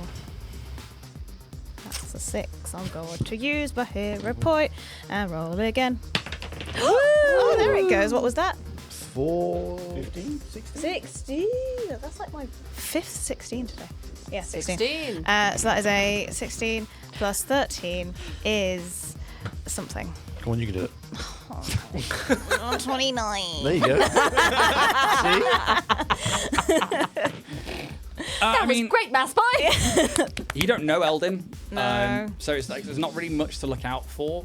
I mean, as far as you can tell, everything's fine. Okay. Interesting. And what about for TJ? So, Yeah, what did you get again? 33. Yeah. is there anything specific you're looking for? Just, Any odd countenance? yeah, or just kind of things that we might be familiar with in terms of, because obviously we were very familiar with Shadow Captain when they were, brain isn't working, disguise themselves as the prisoner. I can't remember her name. But something. Yeah. yeah, but it's just like, kind of like any vibes, Mannerisms. familiar vibes related to our time with them. I don't think anything's popping off. Okay, okay, that's Especially, fine. yeah, again, not knowing Eldon's actual character. Yeah, I don't yeah. think anything's coming up. No. Just wanted to check. Yeah. Yeah. Kind of just there and Yeah. showing you kind of where it is. Is this what you are looking for then? Is this Yeah. the Yeah. right guardian orb? Yeah. Definitely That's the feels ticket. like it. Mm-hmm. It is, yes. You said something about a rune. Yeah. How close can we get up to? I mean, the containment feels like this big. Okay. It's Yeah, just so we in- can kind of. Could I sort of like get up close and have a good proper Yeah. inspect of it to see if there's a room? Yeah. Perception check. Or mysticism. I'm going to keep an eye out on Okay. Eldon. 29 perception. But just watching them. Just while like TJ's getting up close to the orb, it's like the prime time to like stab someone in the back, kind of thing. It's like Yeah. So the 31 perception. Just keep an eye out. What was yours? 29. You don't see a rune Oh. in the center of it. You look like deep into it, and you used to seeing like yourself fall almost into them and see this rune. You do not see one there. Do we have the same feeling that we had on the outer bit when we felt that kind of like resonance? Yes, but it's not something you felt before. Because we only saw the runes when we were Holding holding 'em. Right. Because Pez was holding it when he first looked into the orb, and then saw the rune. Rune. Ruin. Isn't that I'm going to try and think really hard. So I have no psychic ability myself. But I'm just going to stare at the orb and be thinking like, hello orb. If you're the orb we're looking for, you might be familiar with orbs such as Bend Reality Orb, Magic Orb, Fast Orb, and Roy Orbison. Thinking hard. Nothing happens. I'm going to do a mysticism check if that's okay. Of course you can. Can I try and help with that? Yep. Oh, nice, yes. You get a +3 from my tactful advisor. So that's, Hey, Pez, get a look at this. was that +3? Yep. So that's 30, 49. There is no rune in the center of that orb. You think to what the others had, you didn't need to be holding it. One of you could Okay. be holding it, and the other one could see it inside there if you looked deep enough. You don't think this is the orb you're looking for. Oh, we've It's got to be go fake. deeper, haven't we? I don't know if there is a deeper to this place. As far as I'm aware, there is only what Rare I found, the documents that we had. The other terminals, I wouldn't know. Checking the terminals. Let's have a check. Yep. There are. So you look around. Give me a computers check. 33. 31. 14. 41. 41. The terminals that are on, most of them are like quite new, a lot newer than the rest of the ones around this place. And as you begin to look to the ones that aren't switched on, you can tell that they are somewhat decayed. And there's probably been efforts to patch them and stuff in the past, but certainly not well enough to get them working again. It's not saying that you couldn't try, though. Kaz, Yes. do you have your toolkit? I always have my toolkit. We might need to get repairing on the computers. Why? What's wrong with it? The old ones aren't working. They've tried. They've put the aux cord into the keyboard. The processor's the wrong way around. I'll stop talking about it. They bent the pins. Yes. Oh. Hey, Pez, when you're talking to Cass, you want to talk as if you're talking into a microphone. Yeah. They've bent the pins.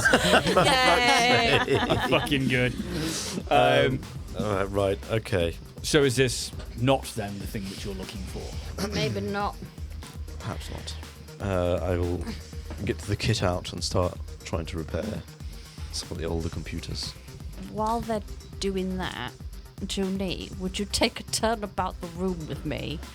Oh yeah, I'd that'd be like lovely. to look for any kind of hidden passageways or secret entrances. Perception checks, please. As for you guys, it is a computers or engineering check to get power back to some of them.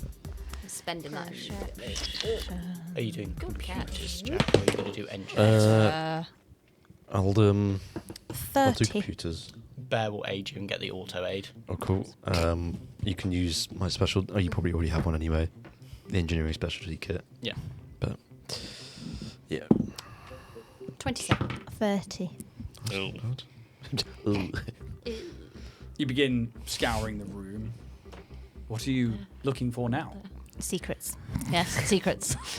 Very Good well. passageways. Deus is like, Baeus, Hi, get in on this. I mean, and their eyes flash. There is no magic detection in here. Oh. You're a great one, Baeus.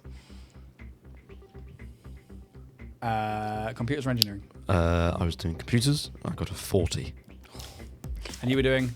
Engineering, and I've just got to reload Pez. It's really not liking it. It was a 4 on the dice, and I think my computers is 25, so it's 29. Between you, you do manage to maybe like jimmy up like a battery or something and manage to get like a small amount of power to one of the terminals. The rest definitely all seem like they've been fried or like they've taken sustained damage over time, but it's not like someone's physically like attacked it or anything. It just bits have like come apart or loosened and they've just decayed in the elements and stuff. You get one to blip, and it's probably near the containment field on a small separate desk. Who's at the terminal? For you guys, you don't seem to find like a secret entrance or anything like that. Oh, no pizzazz. Disappointing. Duldabai. Yeah. Right, shall I read it out? Story Read it aloud to the time. class. Oh, you've got one of them working. Briefly, I think. Yes. That's incredible. He's very clever. He's really versatile. Yeah. Bears is like, I would not know what to do with them. Baeus, you just There's a do lot you. of choice. Mm. I think. Can I make like a subtle gesture towards my crew to keep an eye on Eldon Sure. as I like reading it? Make a sleight of hand check. Nat 1. 15. Cool. I mean, I'll give that a perception. Natural 1. Hey, there we go. Okay, eyes will be on it. Yeah, So- watching, Yes. watching Eldon. Watching Eldon. Status. While we watching listen to the Kaz. story. Degraded. Read only. Activation history failed. Multiple attempts. Data fragments consolidated. Conflict with the Vulcarians is no longer theoretical. The timelines here assume escalation as an inevitability, not a risk. Defensive postures harden into preparations for war, and all secondary research priorities collapse into a single question. What were these things made for? The records do not identify the orbs as weapons, nor as tools, nor as artifacts of communication. They are described instead as assets awaiting context. Their function is conditional, reactive, dependent on circumstances that have not yet fully manifested. That uncertainty is unacceptable. Multiple entries converge on the same conclusion. To understand the orbs, proximity to their point of origin is required. The Vulcarians' main science station is identified as the most likely site of initial design and conceptual development, not merely fabrication, intent. Direct access is deemed impossible under current political conditions. However, a secondary note appears repeatedly in the margins of later logs. Using the orb as a resonance amplifier, researchers detected a strong psychic reading originating from a smaller Vulcarian science station several hundred miles out in the ocean. The signal is unshielded, intense, and persistent, suggesting active experimentation or residual imprinting tied directly to the orb's creation process. This offshore station is not listed as a primary facility. It is peripheral, experimental, possibly expendable. The terminal's final recommendation is cautious but explicit. Approach the small station first, confirm origin signatures, establish purpose.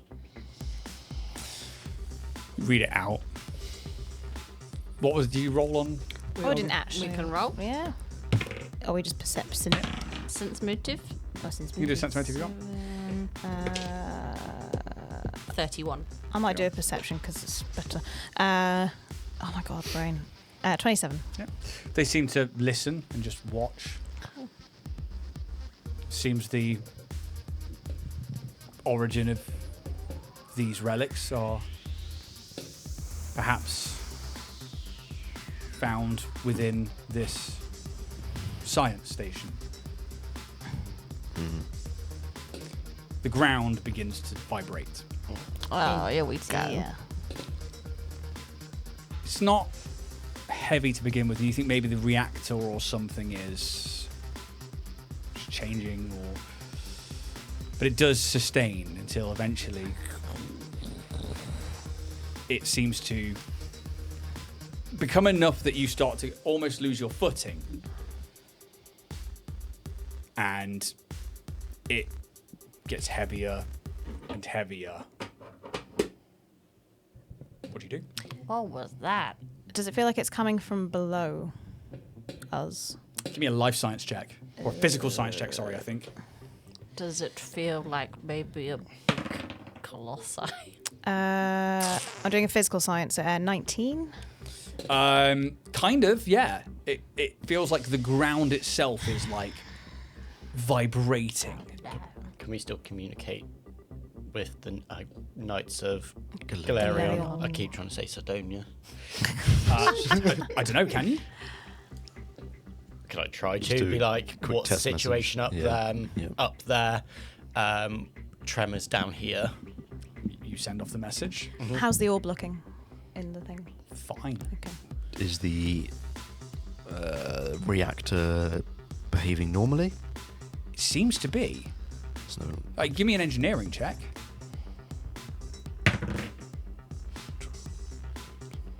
31. 31. All the readings seem the same. Like the same power output in this area on the modern terminal seems to be the same thing. Something. Does it feel the way that it felt when we faced the colossi in Desna Temple? Is it sort of like that kind of, is it like a footfall vibration, or is it more consistent? Give me a recall knowledge or a life science. Life science is going to be 18. No, it's constant. Cool. Instead of being like... What's Eldon doing? You can see that they kind of like brace themselves as well against it, and they're kind of like looking around the room. You get a message back. Seems to be tectonic shifts, quite common on the surface. This planet...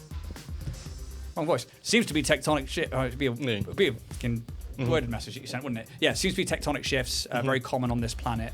The plates seem to shift all the time. We've witnessed a lot of these since being in orbit. I think it might be surface time. Yeah. Quick. You think?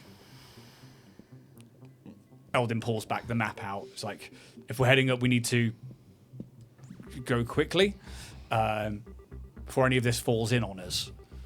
That's what I was worried Yeah. about, us getting Yeah. stuck down here. And if something's happening up top, at least we're... We would have been told about it, surely. I'm not... but I'm thinking more of Kyoka attack from But the if tectonic Gabriel's plates. saying everything's all right up there, surely he'd be like, oh yeah, by the way. Tectonic shifts are like earthquakes, by the way. Yeah. Yeah. Like, just so you're aware, like... But like you sending a message out saying you've got rumbling down and saying, oh, so everything's fine, but it's just tectonic shifts. They would have said, surely, if Yeah. if they knew Kyoka was coming. Is anything happening into like the floor around us? Like any cracks in the ceilings? Or... Perception check. I'm not using all of those. It's not worth it. 24. You see like bits of dust and stuff falling from the ceiling. Some of like the terminal like screens are like shaking like they're going to come loose at some point. You definitely see that like that damage that's happened to the other computers. This is probably what's happened to them over many different like earthquakes. Vibrations. Vibrations have destroyed much of that machinery, and what you got was a miracle. Yeah, no cracks, Yeah. nothing showing. Is it getting worse or is it kind of just? It's still just constant at the Yeah, moment. okay. It's bad, but it's not Yeah. like Would I be able to tell the difference between something like an earthquake that's kind of happening and something that's causing it, if that makes sense? That probably makes exactly no sense. Well, I I mean, kind of know what you mean. Yeah. you're told it's tectonic shifts, and it kind of tracks. Yeah. Yeah, like, is it constant, like with earthquakes, how long they go on for? That would be a physical science check. Or is nature a thing in this one? I think it is. I think it's physical science and life science. Yeah. Yeah. Physical science.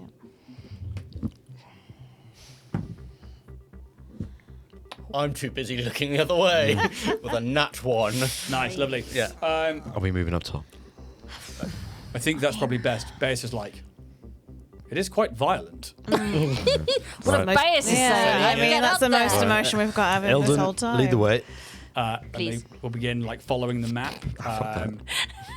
Yeah. through the tunnels again. Manners. Kaz is just like, Hey, Until come eventually on. you get back up We're into champions, mate. into the reactor core, where the glass above you is barely vibrating. The vibrations of like this tectonic shift is still going on, but this structure is still standing. And you must think how many of these it survived. You move out of the archway and see the rest of the city, and you can see that some people are like braced against buildings, other ones are trying to just take cover under things just in case anything comes down. Eldon is like, I need to go check on the senator, and I leave you here, and we'll begin heading off in the direction back towards the blue district again, leaving you at the foot of this tower, where we'll probably end this session. Thank you very much to everybody who is watching live and to those on podcast. We'll be back next week to see what is going on here. Otherwise, stick around for the drift debrief. Until then, may the dice gods be ever in your favour. Bye. Goodbye.